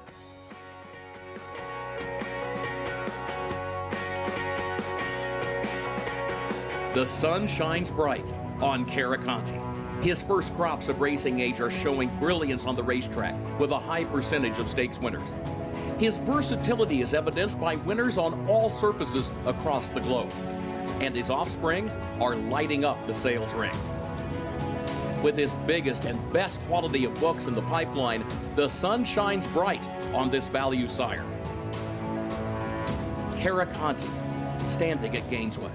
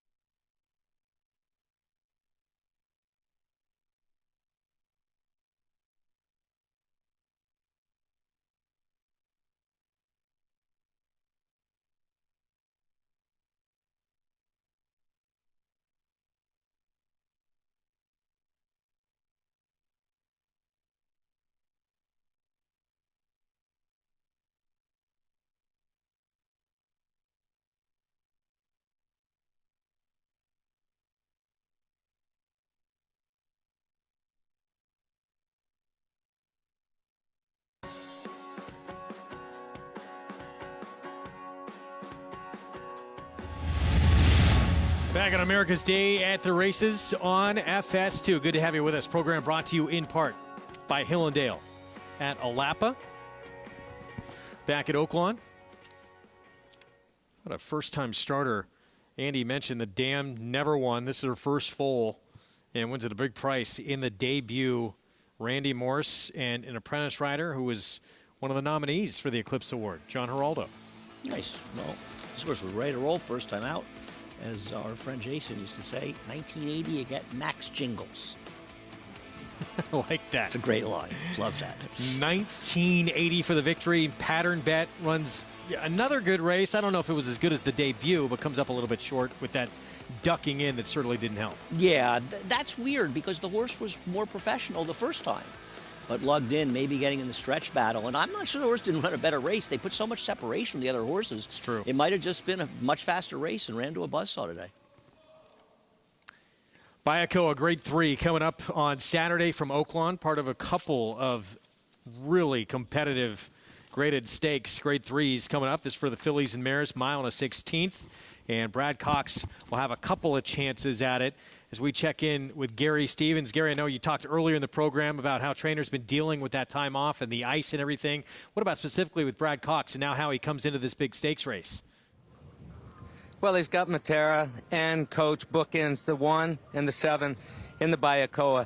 And I'm sure that both horses have been trained identical leading up to this race, what training they could do. But he does have the capability in his barn to really train after his horses, keep them busy.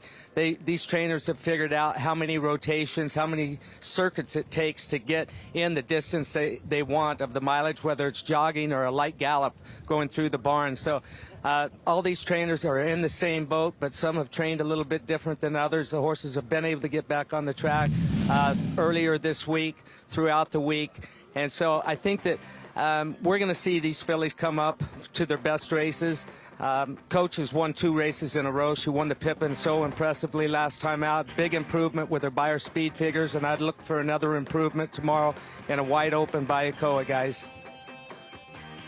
All right, Gary, thanks. She's going to try and make it 3 straight as she seeks her first graded stakes win of her career. Yeah, and listen, I didn't like Coach at all last time, and was dead wrong. But that was a great ride by Ricardo Santana, seizing the bull by the horns from the rail and gain a lead. I don't see that happening again. I think she's a good bet against. I think Queen Goddess is a good bet against. I think the race is all 2-1-5. Well, let's talk Queen Goddess for a moment for Michael McCarthy. She comes off a win. It was a race that was meant for the grass. It was the first time she was on dirt, and it was because it came off. But she did get the win, Grade 1 American Oaks. What do you think now? I guess Mike McCarthy, she got a big number, and he saw enough that says, let's try her on dirt against legitimate dirt horses. Right. If you're Michael McCarthy, you're supposed to do that, right? You're supposed to say, okay, she ran a big figure. It was an off-the-turf race. And I know Michael, he's a smart guy. Like me, he probably is a little skeptical. But she did run a big figure in a big race that day. Now, I think it's disgraceful that this race was left as a Grade 1 after it was switched to dirt. This is a tenuous Grade 1 on turf now, to be honest. And to have it come off to another surface and leave it as a Grade 1, that's not really right. These gradings are important for pedigrees. Maybe she turns out to do well. Michael McCarthy seems to do very well when he ships. CC won the Apple Blossom here, who won the Eclipse last night. I just want to see it again to believe it. She'll get a chance to prove it tomorrow on our program. Meanwhile, the Razorback, not many in this entire sport can say they had a better year last year than Lone Rock. What a claim, huh? Claim for $40,000 late last year, and I mean, 7 for 9, 2 seconds, and $840,000. He beat Thomas Shelby last time, and he faces him again. The difference was that Thomas Shelby couldn't get the lead in that race. There was another speed in there. On paper, there's nobody as fast as Thomas Shelby, and you have to think that Diodoro is going to send him in this race. Now, he's got both of them, but I think Thomas Shelby's going to turn the tables by being able to control in the front end. I don't know if they'll run 1-2, but I think Thomas Shelby will beat him this time. Not many been able to get by Lone Rock, but there's no question I think he's better going a little bit longer, That's right? the thing. He has such an advantage when he goes in those longer distance races. To be honest, though, I would have bet against him at 9-5 last time on that same supposition that he's gotten better going longer. And I would have lost. I do a lot. Most do when they face him. It'll be fun to see the stablemates go head-to-head. You have a horse coming back, too, for Hall of Famer Todd Pletcher. It's his 4-year-old debut. He has been off since last summer in June. Peter Pan winner from last year, Promise Keeper. He has to improve, but in reality, a lot of people think that Bob Baffert sort of never loses when he ships to Oaklawn. His stats aren't that good. Todd Pletcher's are excellent. Oaklawn Park for the last 5 years, 11 for 36, $2.09 ROI. In graded stakes, he's 6 for 17, 265 ROI. So he ships there, meaning business. With horses coming off this long a layoff. Well, I didn't look up the layoff. Yeah. I should have looked that up, and I didn't.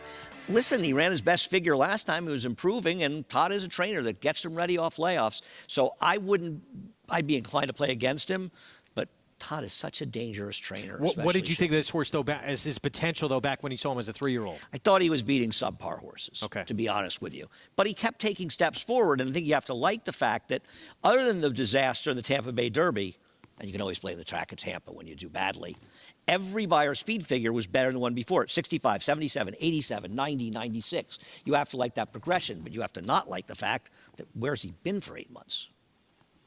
What? Helium became my Derby pick out of that race. Good call. Is he finished yet? He just crossed the wire, I think. That is coming up tomorrow. Razorback by Aqueduct. It's going to be a fun Saturday. We got stakes action in New York. We're still talking about later in the program. That's the Gander. Don't want to miss our program tomorrow. Yeah. Are there any almost white horses in the Gander? Shouldn't the Gray win the Gander? Yeah. He was such a neat horse, an almost white horse that ran for John Terranova and kept performing, I think, through his 7-year-old season. We're going to have a little look back on Gander coming up in the program still ahead. He was a single for me in a $10,000 pick 4 that I hit once, so I got nothing but love for him. Helps. A lot of people, just because of who he was, loved him too. No, I'm a sick degenerate. I think the MiG won a race, the big price in that sequence. We're going to take a timeout. We'll be back. Of course, the big night was last night. And first ever Eclipse Award for Joel Rosario. We'll talk through all the big awards, if there were any surprises, what transpired out at Santa Anita with Jay Privman from Daily Racing Form when we come back.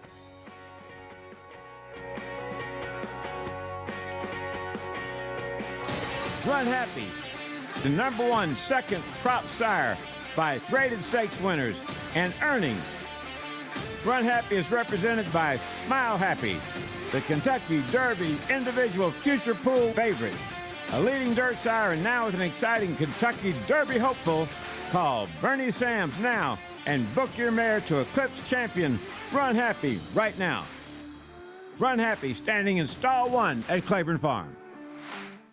If you're looking into racing partnerships, you should know they're not all the same. When you partner with Bond Racing Stables, you become a member of a growing family of racing enthusiasts, all guided by 3 generations of experience in thoroughbred breeding, training, and racing. Sharing the excitement at Saratoga and Belmont Park, where we've graced the winner's circle with winners like Giacosa, who was bred, born, and raised here at our Song Hill Farm. Get more than just a partnership. Become a member of the Bond Racing family. 3 generations of thoroughbred excellence. This season at Oaklawn, we've got more of everything. More of the top thoroughbreds in the world. More days of live racing. And the largest purses in our history. All at a completely reimagined Oaklawn. Come be a part of this historic season at Arkansas's only casino resort. Racetrack Television Network brings you every race, from every track, on every screen, every day. With monthly packages starting as low as $5, RTN gives you great value and access to more live HD streaming and race replays than anyone. Visit RTN.tv today to sign up and watch on almost any device, including Roku and Amazon Fire. Use promo code TRYRTN for a 5-day free trial.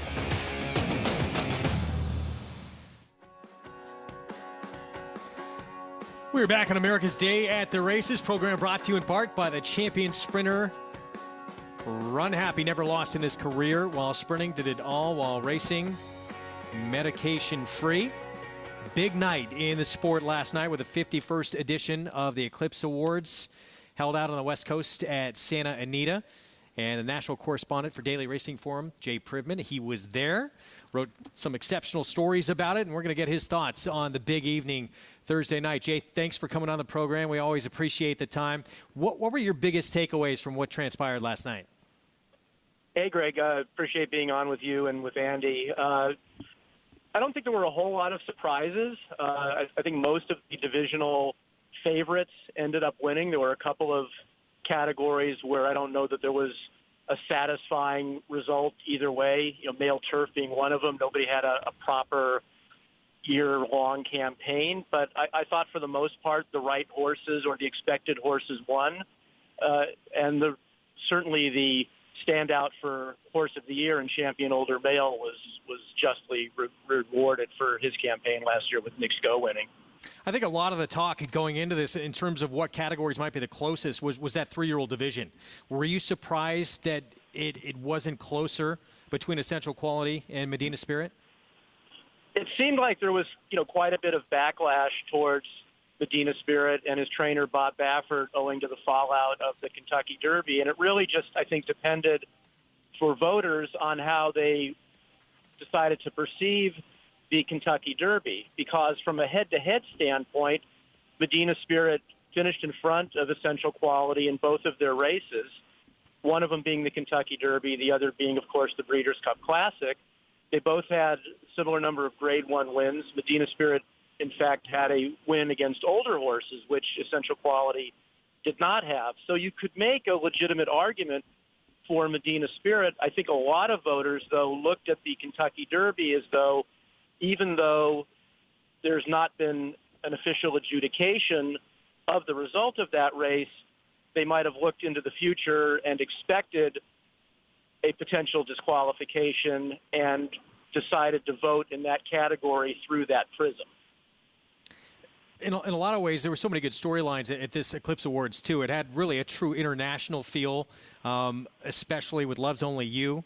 First horse based in Japan to win an Eclipse Award. But again, Jessica Pfeiffer, just the third ever female to be named champion apprentice jockey. So a lot of really good storylines that, brought in horses from all over the world, and then seeing a female jockey win as well. I mean, that's one of the things that I think is really wonderful about the sport, is seeing the international competition. And specifically, we've seen it so often going back to the Washington, D.C. International, and now with the big races that are on your circuit, and, of course, the Breeders' Cup. And that's where Love's Only You shined most when she came over and won. She's an international superstar, and to see her win that race, that carried her across the line for a divisional title over Warlike Goddess, who she beat head-to-head in that race. But obviously Warlike Goddess had the best North American-based campaign for year to year. But that shows you the power of the Breeders' Cup. I think we saw that in a number of categories, including filly and mare sprint, where Gamine and Cece had split their two head-to-head meetings against one another. But the championship race of the year went to Cece, and thus the Eclipse Award as well. Hey, Jay, it's Andy. Was there any moment that you particularly was satisfying to you or made you really happy as far as the winners last night? Yeah, I've known Michael McCarthy for a long, long time. I was really happy for him when he won the Preakness last year with Rumbauer. I just think he does a tremendous job, and so I was happy for him and for owner-breeder Bo Hirsch that Cece was victorious, and I think she was deserving. As I was just saying a moment ago, I think the Breeders' Cup should carry more weight than any other race, all things being equal. And in that case, they did split, as I said, the two head-to-head matchups, but the championship race, I think, should take extra importance, and it did in that category.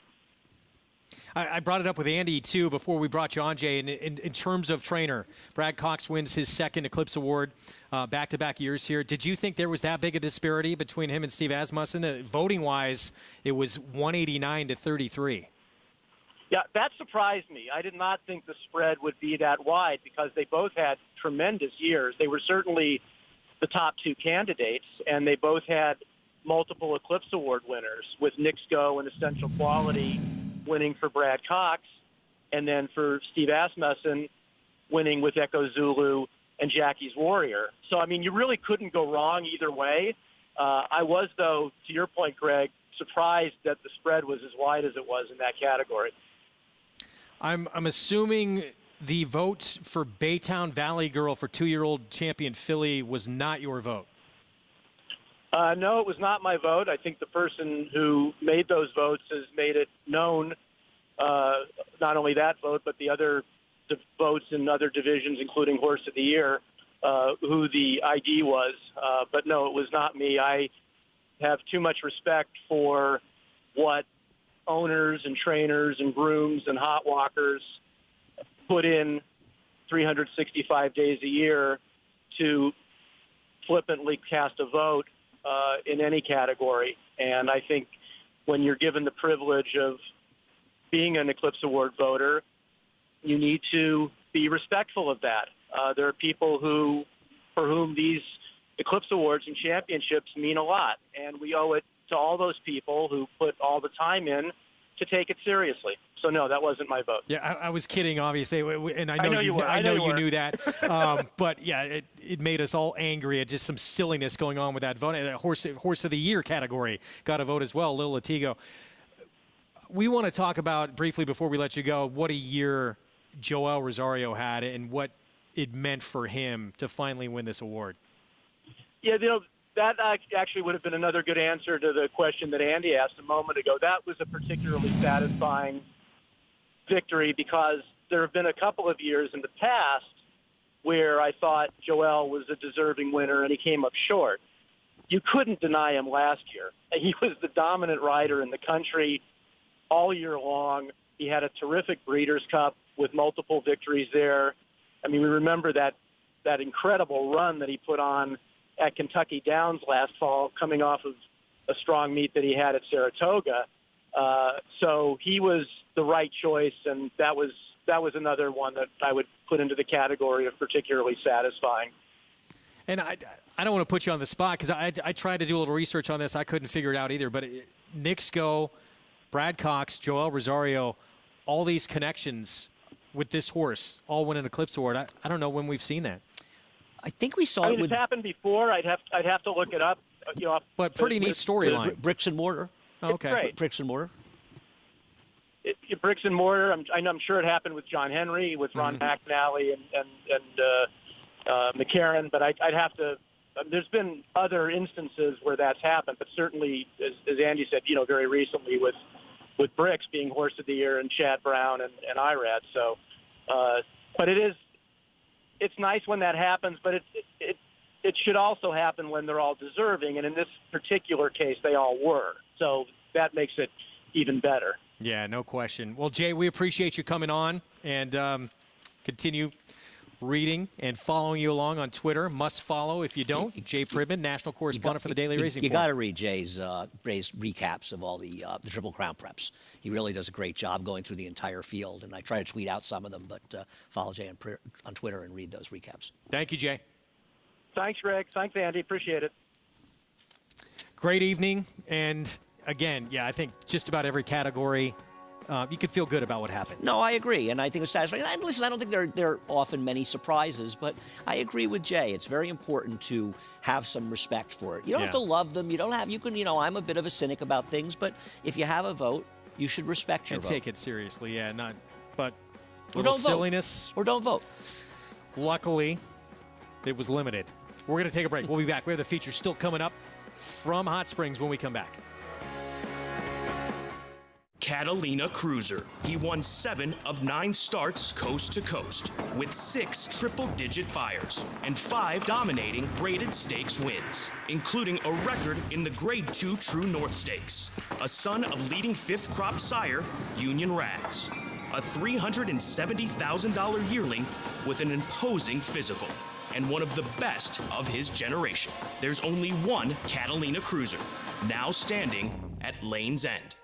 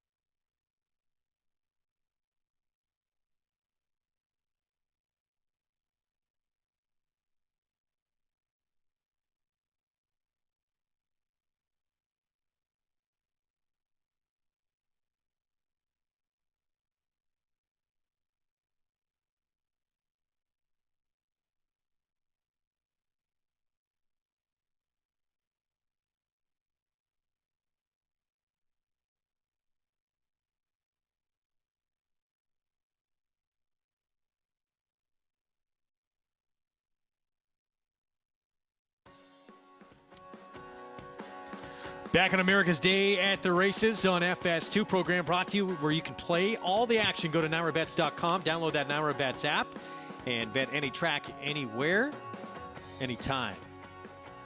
7th next in Hot Springs, 6-furlong sprint, $30,000 claiming race for horses who have not won 2 lifetime. Megan's Clara, David Cabrera, ride for Gennaro Garcia, second off the claim. Horses 1 for 12, but a very short price.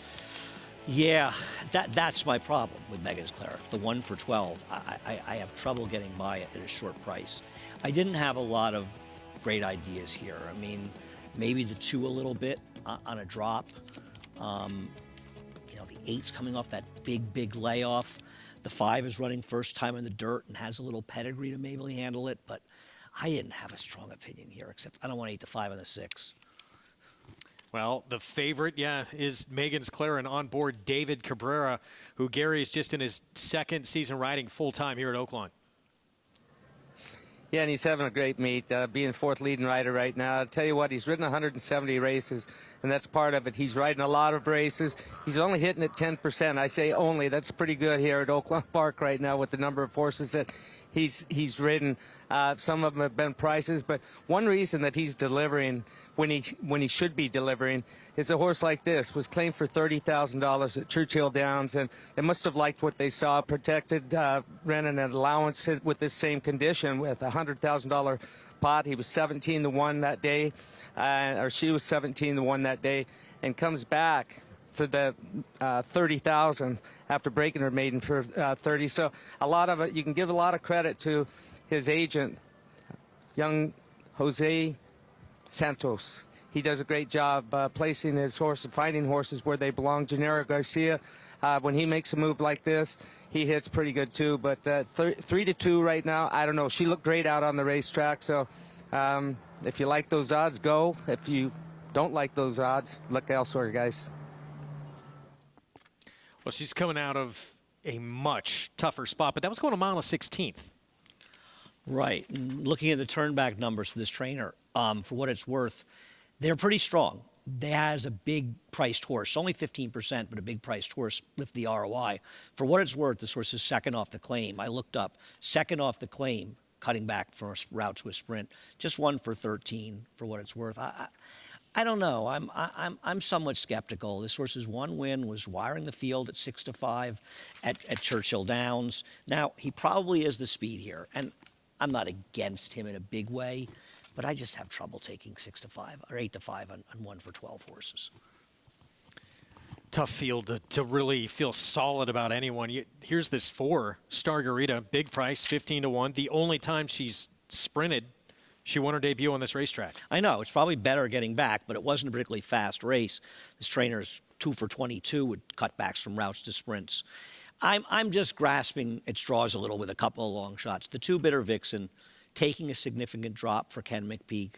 Thought might be a little bit interesting on the drop down. Has run some races that look competitive here. The 5, Norm McKnight claimed this horse at Woodbine, I'm assuming, to bring here to run in the dirt. So he must have seen something that he thought this horse could handle the dirt, given it some works. So maybe that horse will handle the dirt. I'm just trying to find something in a race where I could not find anything substantial to grasp onto. Difficult race, and a lot of times here at Oaklawn, when it's difficult, public leans on Robertino Diodoro or a couple of other barns. Diodoro's got the 9 in here. Jonathan, your thoughts? Yeah, this is a horse that, we talk about reclaims all the time, and this is a horse that has been claimed in the last 3 starts. Horse ran for 30 last fall for Eddie Keneally. Robertino Diodoro came in and claimed the horse for 30. Then Steve Asmussen claimed the horse from Diodoro for 20, and then Diodoro claimed the horse back. So 3 talented trainers who win lots of races felt like this animal, it's Bitsy Betty, had some talent and had some upside and a possibility to get this horse to win some races and to make some money. And I think that says a lot. And like you said, Diodoro and David Cohen do a lot of good things at Oaklawn Park. And the price is fair enough at 7-2. So in a race where I was against the favorite as well, this was the best alternative I could come up with. And I will say this also, maybe a couple years ago when Norm McKnight was winning at a crazy number at Oaklawn Park, the 5 Chasing Shadows would be a little bit interesting. Getting this horse who's never run on the dirt to run on the dirt for the first time. but Norm's just been not that good as of late. Only 3 for 31, if I'm not mistaken, at this meet. So if you're looking for a bigger price, I guess that's a little bit of an interesting one. But I'm going to probably side ultimately with Diodoro and the 9, Itsy Bitsy Betty. My concern with the 9 is that she's just not very fast, and she's been in his barn before, in Asmussen's barn. Her figure's she's just kind of slow. That was my worry about the 9. I think she's getting overbet because of Diodoro, to be honest. She was just about even money when she won for 20 maiden claiming last time out. Right, lost to Dixie Penny, the number 1, who's 11-1 at 1-2 2 races back.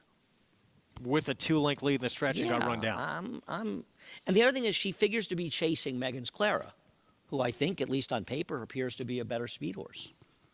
Coming out of that route race, though, is that going to dull that speed at all? I don't know.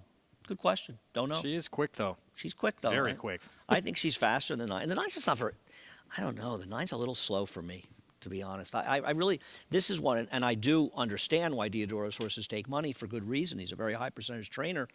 But this is one that he already had, and she didn't run that fast for him. I'm not a big fan.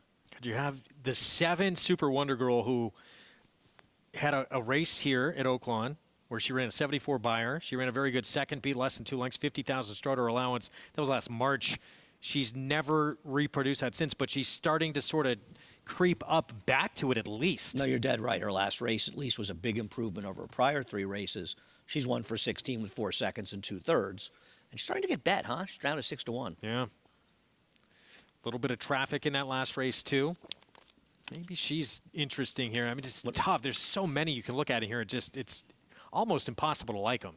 I agree. It's listen, they're going to be circling out there. I think that's officially called circling the wagons. Be a little more time to handicap the this race. is exactly the kind of race where you do not want more time. You want to just go with what your gut says and make that play. Yeah. The more you think about it, the more you're going to change your mind. There are some races where you feel like if you keep looking, you keep going back to it, something's going to go. You have that aha moment. I tried that with this race. And here's the one you mentioned, had beat Itsy Bitsy Betty, the Diodoro horse, a couple starts back. Then she tried winners for the first time. That did not go well. She was awful. I mean, but I don't know why you would want to bet the 9 at 4-1 when this one's 13-1. Not in love with either one of them, but it's the one's better value. I don't know I think the 2 is okay. The 2 did not run great last time. I will not disagree with that. Better but it's group, dropping though. down from that, and the previous 2 races put her at least in the ballpark. Yeah, and you're getting 11-1. Right. 6-5. Public has been all over Megan's Clara. It is a huge drop last time out, but keep in mind, she had been 0 for 10 up to that point. She had to drop in for maiden 30 to get that win, although she did win pretty convincingly, and that was sprinting. Half those first 10 starts of her career came on turf also. I'm just glad they're going the gate. Vic Stauffer. The call, 7th from Oaklawn. Here comes the big favorite, Megan's Clara. Last to load, Little Bird Flash.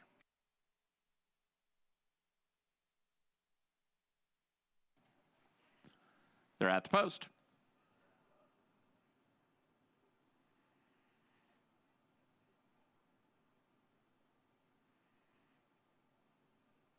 They're off. Itsy Bitsy Betty and Megan's Clara break well. Bitter Vixen is close up. In the center goes Little Bird Flash. Stanley Market's in the mix as well, and a Dixie Penny at the rail. Then Fortuna Adavat and a Chasing Shadows with Super Wonder Girl, and the trailer is Stargarita. A real scramble on for the lead lands Itsy Bitsy Betty ahead in front of Megan's Clara at the rail in a 3-wide Stanley Market. These 3 are now 2 lengths clear of Chasing Shadows. To the outside, Little Bird Flash and Bitter Vixen at the rail. Fortuna Aduvat has 6 lengths to make up. She's 2.5 in front of Super Wonder Girl and Dixie Penny. And Stargarita is the trailer, and Megan's Clara and Itsy Bitsy Betty are even at the quarter-mile marker. Megan's Clara inside. Itsy Betty outside. 2 lengths now. Further back to Stanley Market, then 3.5 to Chasing Shadows. Megan's Clara inside. Now Stanley Market is on the move in the center, and Chasing Shadows is running well. It's Megan's Clara. She's put away Itsy Bitsy Betty, but has to hold off Stanley Market, and it will not be easy. And Stanley Market has taken over the lead. Megan's Clara back to second. Stanley Market in front.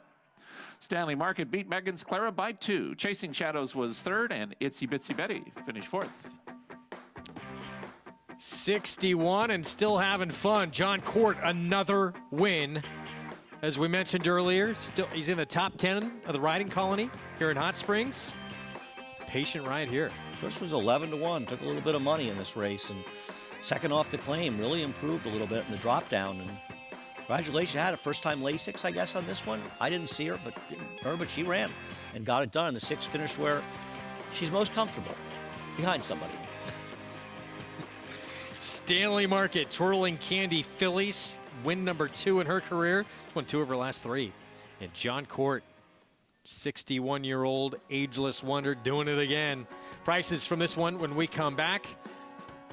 Feature next, and we'll talk about the New York bred Shipsational hitting the Triple Crown Trail on Saturday in the Sam F. Davis. We'll be back.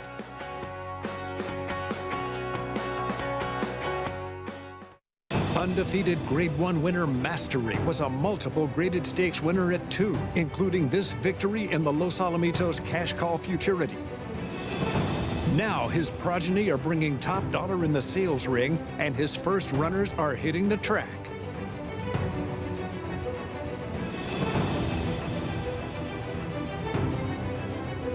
Mastery, standing at Claiborne Farm. No sport in the world brings the wins home like racing.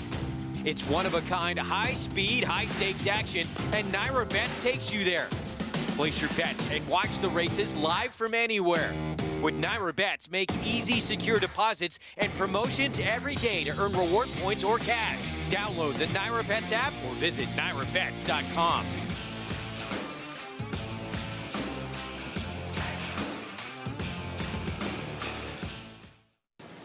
And on the morning of the 8th day, God looked down on his planned paradise and said, I need to create the noblest of all creatures. So God made a racehorse.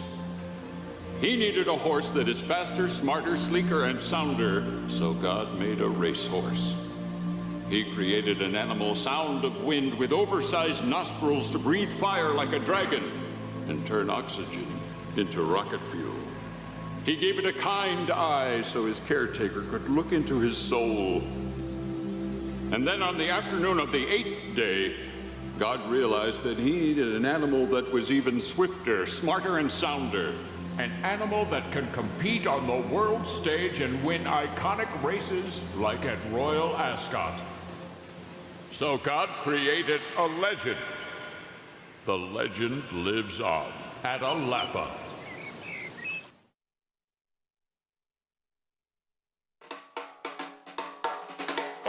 During Leo McLaughlin's 22-year run as mayor of Hot Springs, starting in 1926, the city became a haven for notorious criminals and gangsters, most notably Al Capone. A lot of people aren't aware of the fact that in 1931, Las Vegas, Nevada had 5,000 people in it and no high-rise hotels. Everyone was there to build the Boulder Dam, which became the Hoover Dam.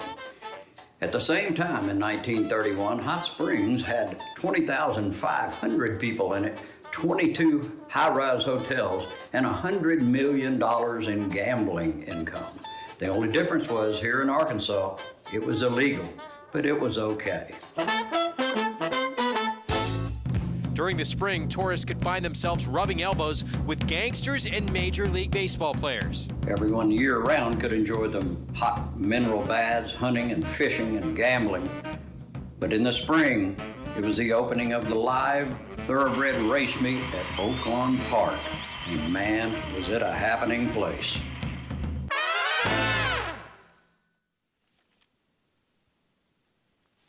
Back on America's Day at the races, and we still got the feature coming up in Hot Springs. 7th race, John Court on Stanley Market for Randy Morse at 11-1 with the win. Grazia came up with this horse, ended up getting a nice trip, stalking on the outside, and Megan's Sierra just found somebody to beat her. My horse Chasing Shadows did a little bit of running, but not close to making an impact. In previous connections, they were thinking turf with this filly. Put her in for maiden 30. She wins, but got taken. And now she wins again. $25.20 for the victory. Again, feature coming up next at Oaklawn. We'll get into it in a moment. We teased out going to break. Triple Crown Trail picks back up tomorrow from Tampa Bay. We're going to have coverage of that Grade 3. Sam F. Davis, Shipsational. Among those, they're going to line up in this race. It is a deep and contentious field, though. Classic Causeway back for his 3-year-old debut. I wonder if they'll try to rate him again. That experiment last time didn't work, but he did lose to a very good horse, and he still ran a respectable figure.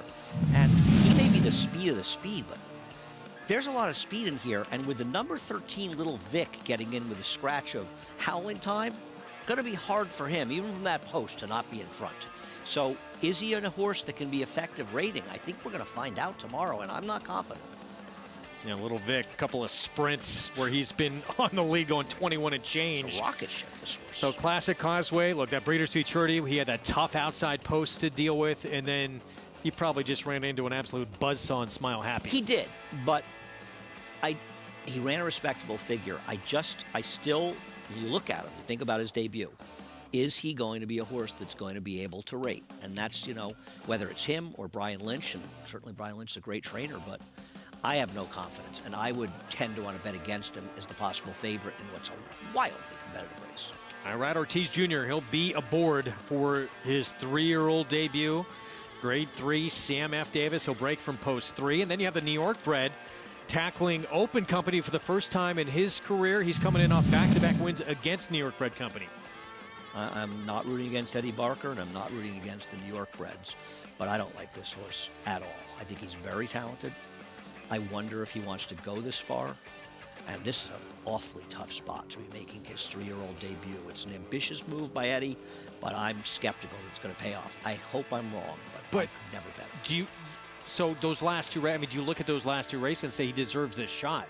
Or you just think he's deserve overmatched? A shot? I mean, he could have stayed in New York and run him in a race like tomorrow's Gander, and then if he does well at a mile, run in the Gotham.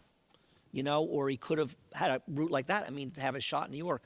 I guess Eddie was concerned. The weather up here, obviously, training gets halted sometimes, so he wasn't wrong about that.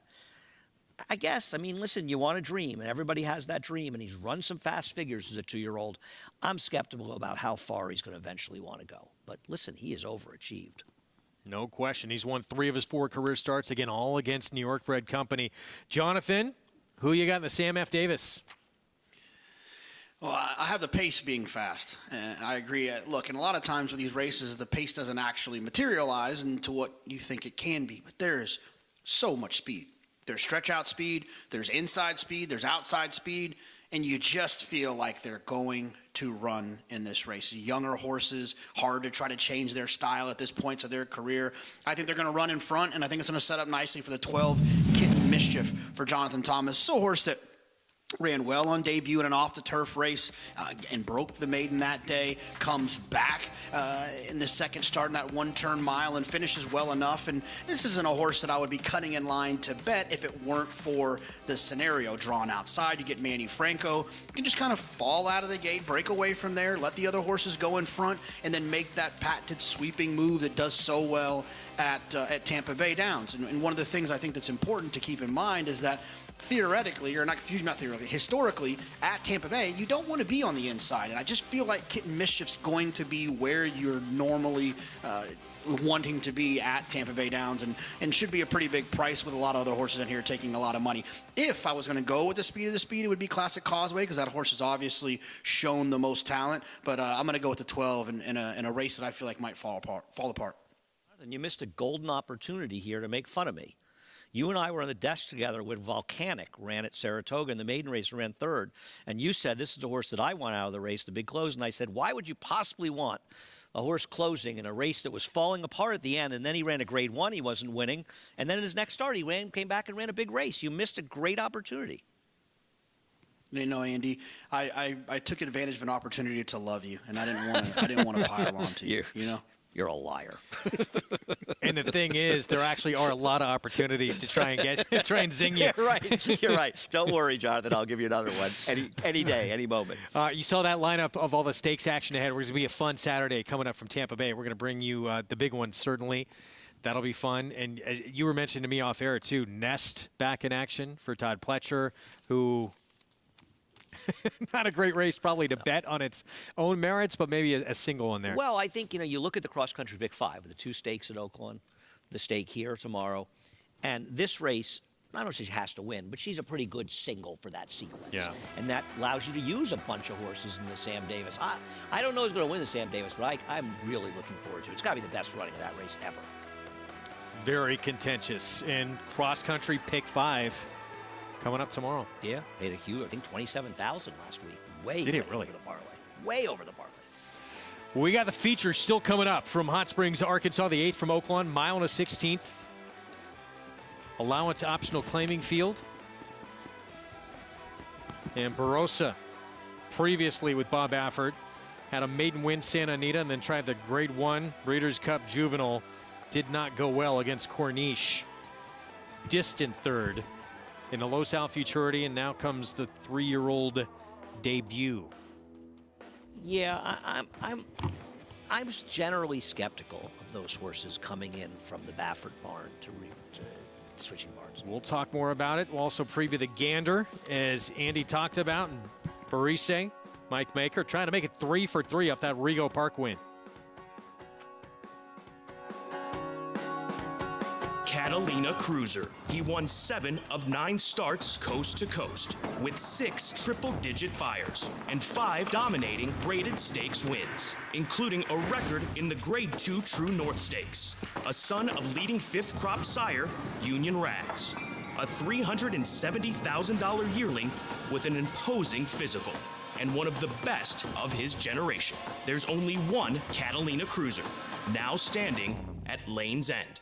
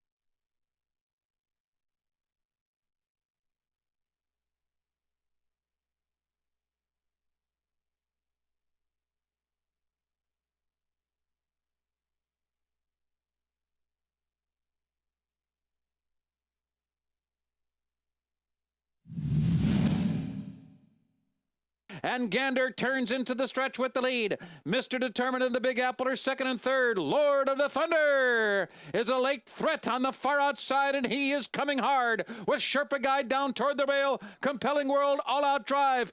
Gander digs down for the last furlong. Lord of the Thunder with a bold late challenge, and on the outside, Compelling World. Gander trying to hang tough. Compelling World a flying finish. Here's the wire. And the gallant Gander got it. The gallant Gander indeed got it. That was a 2002 Empire Classic. 15 wins, over $1.8 million earned in his career. Ah, he was such a cool horse. And there is something about the Grays and horses like him, you know, with anticipation, horses like you just remember them. They look so memorable. And what a great career. And look at that crowd in the winner's circle. Great to see. And a terrific New York bred who got a lot of opportunities to have his picture taken in the winner's circle the way he ran. Gander happening on Saturday. Feature from our card here in New York. And a good field lining up in this one. Barise, he has been perfect so far in 2 starts for Mike Maker. He ran very well last time. He didn't break, and he made a big wide run and just blew the field away. I'm a little worried that this race kind of fell apart in the late stages, and it very much played to his best talents, but there's no denying he ran well. He was coming off a layoff. The field got a little bit tougher, though, particularly with the addition of Bold Journey on the outside. And Bold Journey, a horse that was purchased privately, and they believe a horse who may have Triple Crown potential. They even mentioned if he runs well, they could run in the Gotham. I'm very interested in the horse in the Rail G Munning, who was a heavy favorite in this race, and they kind of foolishly decided to rate him. Now, I don't know that he can outrun Bold Journey early, but he outran him in his first start, and he beat him in his first start. So I may take a little shot with him. And he ran just, and he was, word was out about him too. I mean, he was a horse with talent. He lived up to it in his debut, and then, yeah, just did not show up in that Rego Park rematch against Barise, and now we'll get another crack at Bold Journey, who, as you mentioned, he beat in his debut. But yeah, Bold Journey, a lot of eyes going to be on him. He's a 6-5 morning line favorite with Bill Mott now, son of Hard Spun, who just ran an 84 Beyer, breaking his maiden. And he crushed a horse that came back and crushed in the last race here last week. So there's a reasonable, you've gotten sort of confirmation it was a good race. He's the horse to beat. It's going to be a fun Saturday we have coming up. Looking forward to it, spending some quality time with you. Yeah. Excellent racing. Tampa and Oaklawn tomorrow. And fun racing cards here all across the board. Yeah, a lot of good Hope stuff. you join us on the program. It's going to be good. We still have the feature coming up on today's program, this 8th at Oaklawn. Mile and a 16th, this $100,000 allowance optional claiming field. And there's a few ways to go in this race, although the public all over Barroso, who's now with Rudolph Brissett coming from the West Coast. Here's my other problem with Barroso. He's got one big number, the 87. Mm-hmm. His last 2 races, I know he ran against Corniche. He also, in the Breeders' Cup Juvenile, he also got beaten a pole in that race. They're okay, but I don't know. I don't love when they move these horses to Brissett. But we'll see what happens. I thought that Ruggs was very dangerous coming out of the Smarty Jones, where he got involved in the pace. And there's a new shooter. This race was a bring-back race from last weekend. Zoros, the 9, was not in last weekend, but with the addition of another week, Brad Cox is running this maiden breaker from Fairgrounds. Yeah, he's 3-1 right now. That's the 9, son of Munnings, and 1 sprint, and now trying to stretch out to a mile and a 16th. Well, off of maiden wins, in dirt stretching out off of maiden wins in their second start, Brad Cox, I believe, is 18 for 48, 38%, a 282 ROI. Unreal. Yeah, and so his numbers are pretty good, you know. He was going to have to improve to win it, but I'm interested in him and Ruggs. I like the 7 Ruggs. I don't bet against the 4. Yeah, Ruggs has a lot of upside. He won his debut. It was at Remington. Then he tried a stake where he ran decent in that Advent. I thought he ran very well in there, yeah. Yeah, and he could be forward in this race as well. Right, I mean, potentially. That's him, Probably by the way. Zozos is the speed, but he can be forward. I'm gonna try to. This is one of those horses, Joel Rosario horses, the 4 Barossa. I'm gonna bet against.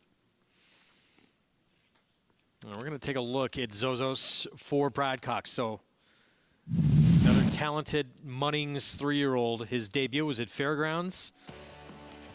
Was not the favorite, but he did take plenty of money in here, and his figure for this race was very good. Yeah, he's another running Munnings, right? Munnings, of course, the sire of Jack Christopher as well. Distance a question, but for Brad to make this move, to ship him from Fairgrounds, obviously a big purse, makes a lot of sense to make that ship. But I think that's a vote of confidence, and his numbers back up, and he's good in these kind of spots. Impressive debut. That's all you can ask for. And now start number 2. Trying to get a mile and a 16th here.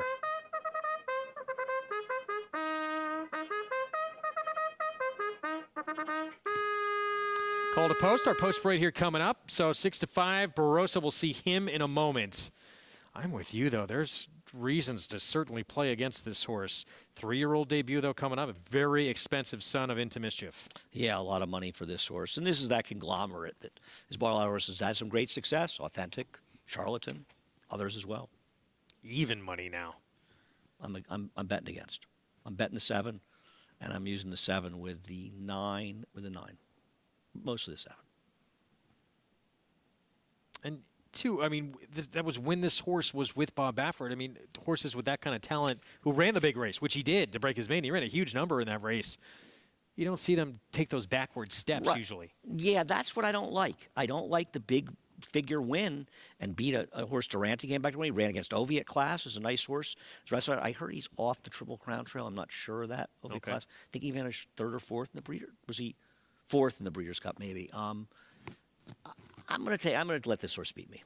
Elusive Target went by. Here's Charter Oak at 30-1. He's going to have to improve, obviously, of his last 2 races. Yeah, one for 50 maiden claiming at Los Alamitos back in September. Here's Wicked Genius, 14-1. Gets Lasix for the first time for Ken McPeak.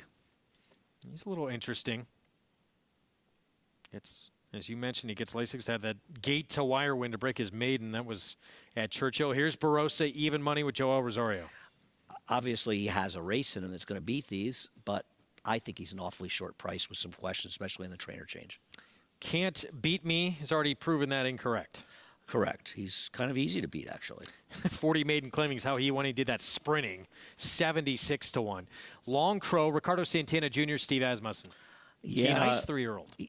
Don't see a lot of those Keen Ice. He's going to really have to improve. He is a multiple winner, I believe. Yeah, the only multiple winner. Oh, no, Charter Oak is as well. There's 2 of them. Ruggs, blinkers off, Ron Moquette. I'm going to try this horse. Can be forward. Got in that speed duel last time out, which did him no favor at a big price. I thought he was kind of interesting. We all see it. Eddie Keneally, David Cohen. This horse is a pretty big price. He's run okay at fairgrounds. The horse who beat him last time came back and was 2nd at Sam Houston in a turf. Brad Cox, congratulations to him. 2nd straight year winning the Eclipse. Outstanding trainer. Zozos. Yeah, and listen, this is an aggressive move coming back on this reasonably short rest. Ruggs stablemate here. This is Bureau for Moquette as well. Yeah, Bureau's win at Remington was fast, but I worry that it was Remington. He's not going to reproduce the form. He just I know it was a sloppy track last time, but he didn't do any running. In this Marty Jones, so this is a drop. And then Vodka and Water outside, 14-1. If they circle around the gate for that long, we may need a few Vodka and Waters again. He's quick. He's probably going to be in front, right? Oh, that's interesting. I thought the 9 would be in front stretching out, don't you think? I mean, that was a pretty quick pace last time, right? Yeah, it could be. But he could be forward. So 7-2 in the Brad Cox runner. Even money, Barossa, which we're inclined to take a stand against in this spot. And we both agree the 7 has the look of a horse to play here at 5-1. Dropping out of the Smarty Jones. Showed ability in that race. Equipment change today.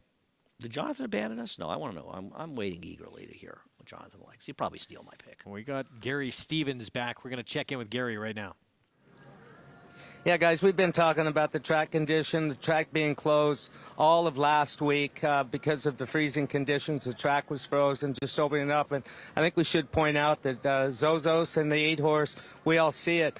They're coming in from fairgrounds. So I say advantage them. They didn't miss any training whatsoever during that week. The horses were training in the barn here, not getting their normal exercise out on the racetrack. And I like about Zozos, looked great coming out on the racetrack. One first out, very impressive for Brad Cox. Comes back with the black letter work, bullet work at fairgrounds leading up to this race. So just wanted to point that out. And then the Eddie Keneally train, we see it all with David Cohen on. Good 2nd last time out at fairgrounds, shipping in as well. And I can tell you that these horses, these guys normally ship them in about 3 days before they're going to run. So they were able to train normally at the fairgrounds leading up to today's race, guys. All right, Gary, thanks. And by the way, I mean, obviously, we've been talking about it ever since the meet opened. It's not the same scenario with Santana Jr., Steve Asmussen, but they are still, we're seeing them team up. more lately, but 14-1, you would have never thought you'd see that on those two teaming up, and that's what you have here with a 6. He's in a little bit of a tough spot. He looks like he probably should be a bigger price than 14-1, and I'm glad to see them ride together. And I don't think, I know you included, and none of us expected they wouldn't get back together again.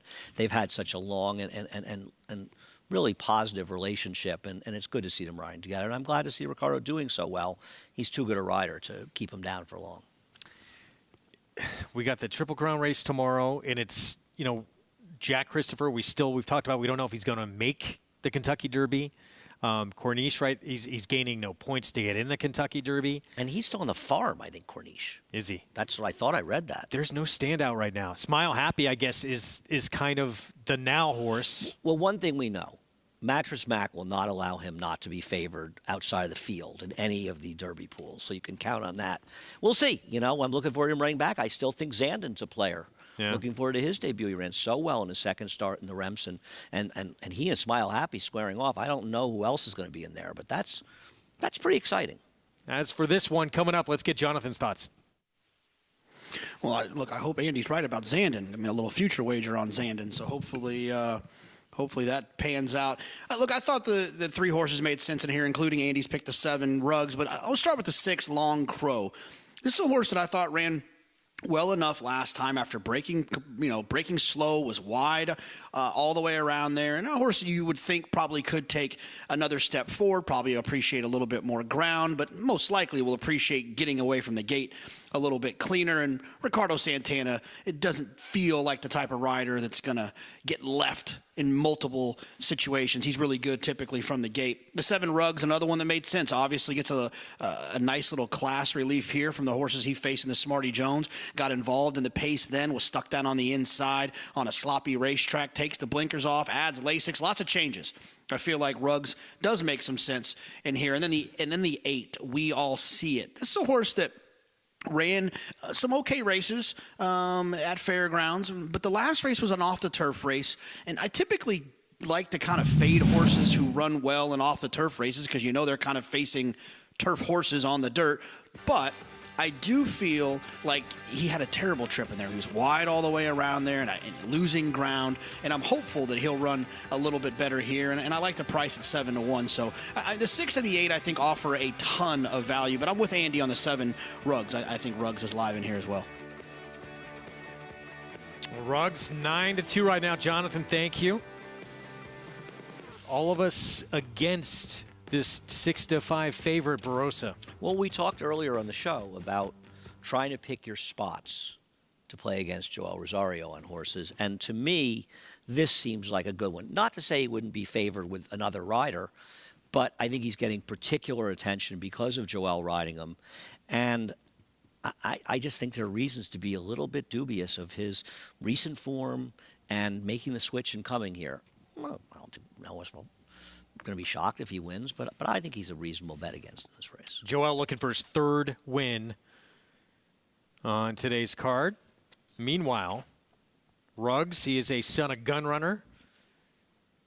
We've been talking about since last summer, and since we saw pretty much that debut of Echo Zulu at Saratoga, how incredible these gun runners have been, making just an instant splash as a stallion. Echo Zulu taking home top honors at the Eclipse Awards last night.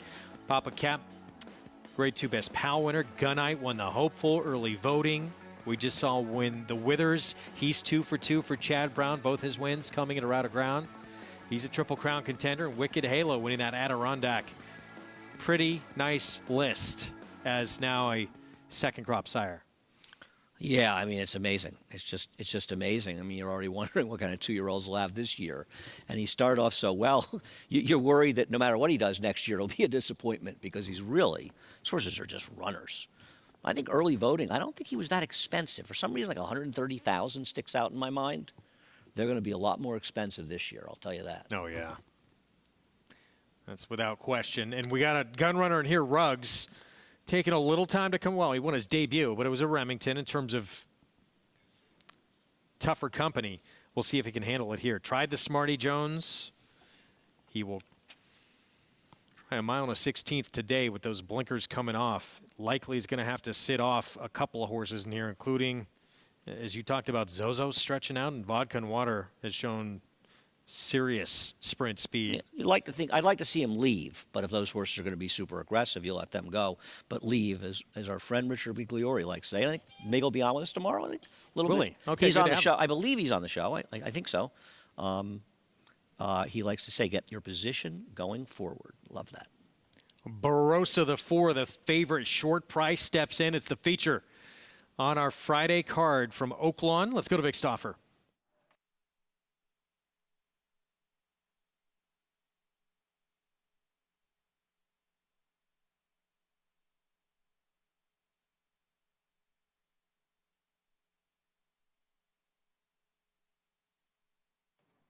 They're at the post. They're off. Barossa has asked for speed, so is Zozos. Ruggs is between horses, Elusive Target at the rail, and Wicked Genius. Then to the outside and further out is Vodka and Water. Between horses, Can't Beat Me, followed by Bureau and Long Crow, and the trailer is Charter Oak. It's Barossa to the backstretch, and he's got the lead by 1.5 lengths from Zozos in second. Then to the outside is Ruggs. Just inside of him, it's Elusive Target. Wicked Genius is between horses, 5th, and about 3 from the front. Then comes Can't Beat Me, We All See It, and Bureau at the rail. 1.5 lengths to Vodka and Water, and then 3 lengths further back to the 2 trailers. They are Long Crow and Charter Oak. Barossa the boss up the backstretch. It is Barossa, 3/4 length in front of Zozos in second. Then a length to Elusive Target third. To the outside in Ruggs, Wicked Genius between horses, and Bureau moving through at the rail. Can't Beat Me is also moving up. Then at 1.5 lengths to Vodka and Water. Between horses, it's We All See It, still Charter Oak, and the trailer now is Long Crow, and the leader is Barossa, but just by a neck now. Barossa has the lead from Zozos, who's alongside in second, and now these two sprint along. They have opened up 4 lengths on Elusive Target, Wicked Genius, and Ruggs. 2 back, 2, We All See It. Top of the stretch, Zozos is the new leader. It is Zozos off the top of the turn, trained by Eclipse Award winner Brad Cox, and Zozos is now clear. He is 4 lengths in front of Barossa in second. Then Elusive Target and Wicked Genius, but it's Zozos, and now he is just running up the score. Zozos clear to the wire. He's 10 in front. Going to be close for second. Zozos. Zozos won by a full 10 lengths. It is an inch either way for second between Elusive Target and Barossa. Wicked Genius finished 4th. Brad Cox have another Triple Crown contender here? Well, I'll tell you what. I mean, you have to think. I mean, the Rebel's probably too quick, right, for him to come back. But Brad has to be thinking, I got to get this horse into a Triple Crown prep in his next start. I mean, this was a giant improvement from his debut. Feels like it was the Brad Cox, Steve Asmussen exacta again from last night with the 1 maybe getting up for second. But this horse, wow, did he love going longer, huh? Come on, Just his Munnings. Look at him. second start. It's a rocking chair, right? Yeah. He just dropped the 4 like he was nothing. I think that might have been more than 10 lengths. Wow. What a dominant performance. Munnings out of a Forestry mare, trained by Brad Cox, start number 2, handling this extra ground, going long for the first time with no problem. Yeah, I mean, he's certainly better going long than he was sprinting. Munnings, yet another sire, trained by Todd Pleasure. It's incredible. Amazing. I mean, his Stallion maker. legacy, I mean, obviously on the racetrack as a trainer, he has an incredible legacy. But his legacy as far as being a stallion maker is unparalleled. Future bet odds for this horse just plummeted. Jonathan rushing. Is Jonathan searching to see what he can get on? Hurry up and get him in Zozos? before that board changes. Zozos, dominant as could be in the feature at Oaklawn. You would gotta think this horse just put himself on the Triple Crown trail. We'll be back right after this. Start spreading the news. If you're looking to win in New York, then breed in New York. To War Dancer, the millionaire son of Warfront, and New York's #1 sire of 3-year-olds. Breed to a proven performer, the #1 second crop sire at the Saratoga meet with multiple winners at Belmont and Aqueduct. Earn double the New York Breeders' Awards and participate in the New York Stallion Series with $2 million in purses. War Dancer, proud to stand in New York. Visit wardancerstud.com. This season at Oaklawn, we've got more of everything. More of the top thoroughbreds in the world. More days of live racing. And the largest purses in our history. All at a completely reimagined Oaklawn. Come be a part of this historic season at Arkansas's only casino resort. Smile Happy was a TDN rising star following his maiden win at Keeneland. From there, he captured the Grade 2 Kentucky Jockey Club Stakes to remain undefeated and earning points toward the Kentucky Derby. In Future Pool 1, Smile Happy was individual leader by lowest odds. Among the top of his crop by stakes winners and earnings, Run Happy continues his rise and is priced for success. Call today and book your mare to Red Hot Sire Run Happy, standing in legendary Stall 1 at Claiborne Farm. Racetrack Television Network brings you every race, from every track, on every screen, every day. With monthly packages starting as low as $5, RTN gives you great value and access to more live HD streaming and race replays than anyone. Visit RTN.tv today to sign up and watch on almost any device, including Roku and Amazon Fire. Use promo code TRYRTN for a 5-day free trial.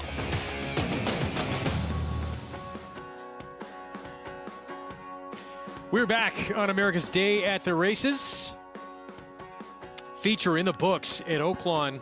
You never know what you're going to get in this game, and Brad Cox and company may have just got a Triple Crown candidate on their hands with this horse Zozos after this. You know, he won an Eclipse Award last night, but it's a what have you done lately world we live in. Well, lately he just had a very impressive second-time starter. You know, they rode him pretty hard, to be fair. I always want to wait and see what kind of figure it came back, but he just destroyed this field and was running at the end under Florent Giroux. And you and I were talking off camera, there's no time to get him into 2 Derby preps. So, well, there's the Tampa Bay Derby March 12th. Month, okay. 29 days, okay. And then the Wood April 9th, Bluegrass April 9th. I think a couple of things. He's run twice. Obviously, everybody has Derby dreams. Dead heat for second. But Brad probably is thinking, obviously, he'd like to get into one of the big preps and win and go to the Derby, but maybe he's more inclined to be thinking Preakness, you know, give him a little more time. He just ran a second race in just under 3 weeks, so you don't want to blow him up before he has a chance to be good. Brad Cox pretty good. He'll figure out what to do with him, but he's an exciting prospect off that race. Horses can't debut in their 3-year-old season and compete in the Kentucky Derby. No, they can't. It's never happened. Never will. No 2-year-old champion will ever win the Derby. No Breeders' Cup juvenile winner. This is an exciting horse. That was fun to watch. That was. It's worth staying around. Zozos, no question. One to watch, and it'll be fun to watch where he goes, too. But there's a few options out there, certainly. That one in the books, Horse of the Year. We knew it was going to happen. It did. What a year it was for Nick Sco. And I don't think anything taken away from the fact that he got beaten at Pegasus again. What a year he had. Deserved Horse of the Year. Oh, no doubt about it. He's as big a lock in the Horse of the Year as you could imagine. Just, you know, winning the Whitney, winning the Breeders' Cup Classic. Terrific year. And congratulations to him, his connections. Of course, Brad as well, Joel. Just, he was a true Horse of the Year last year. No argument. The man aboard, Joel Rosario. Historic night for him as well. Long overdue. First ever Eclipse Award for a man we all expect to see in the Hall of Fame one day.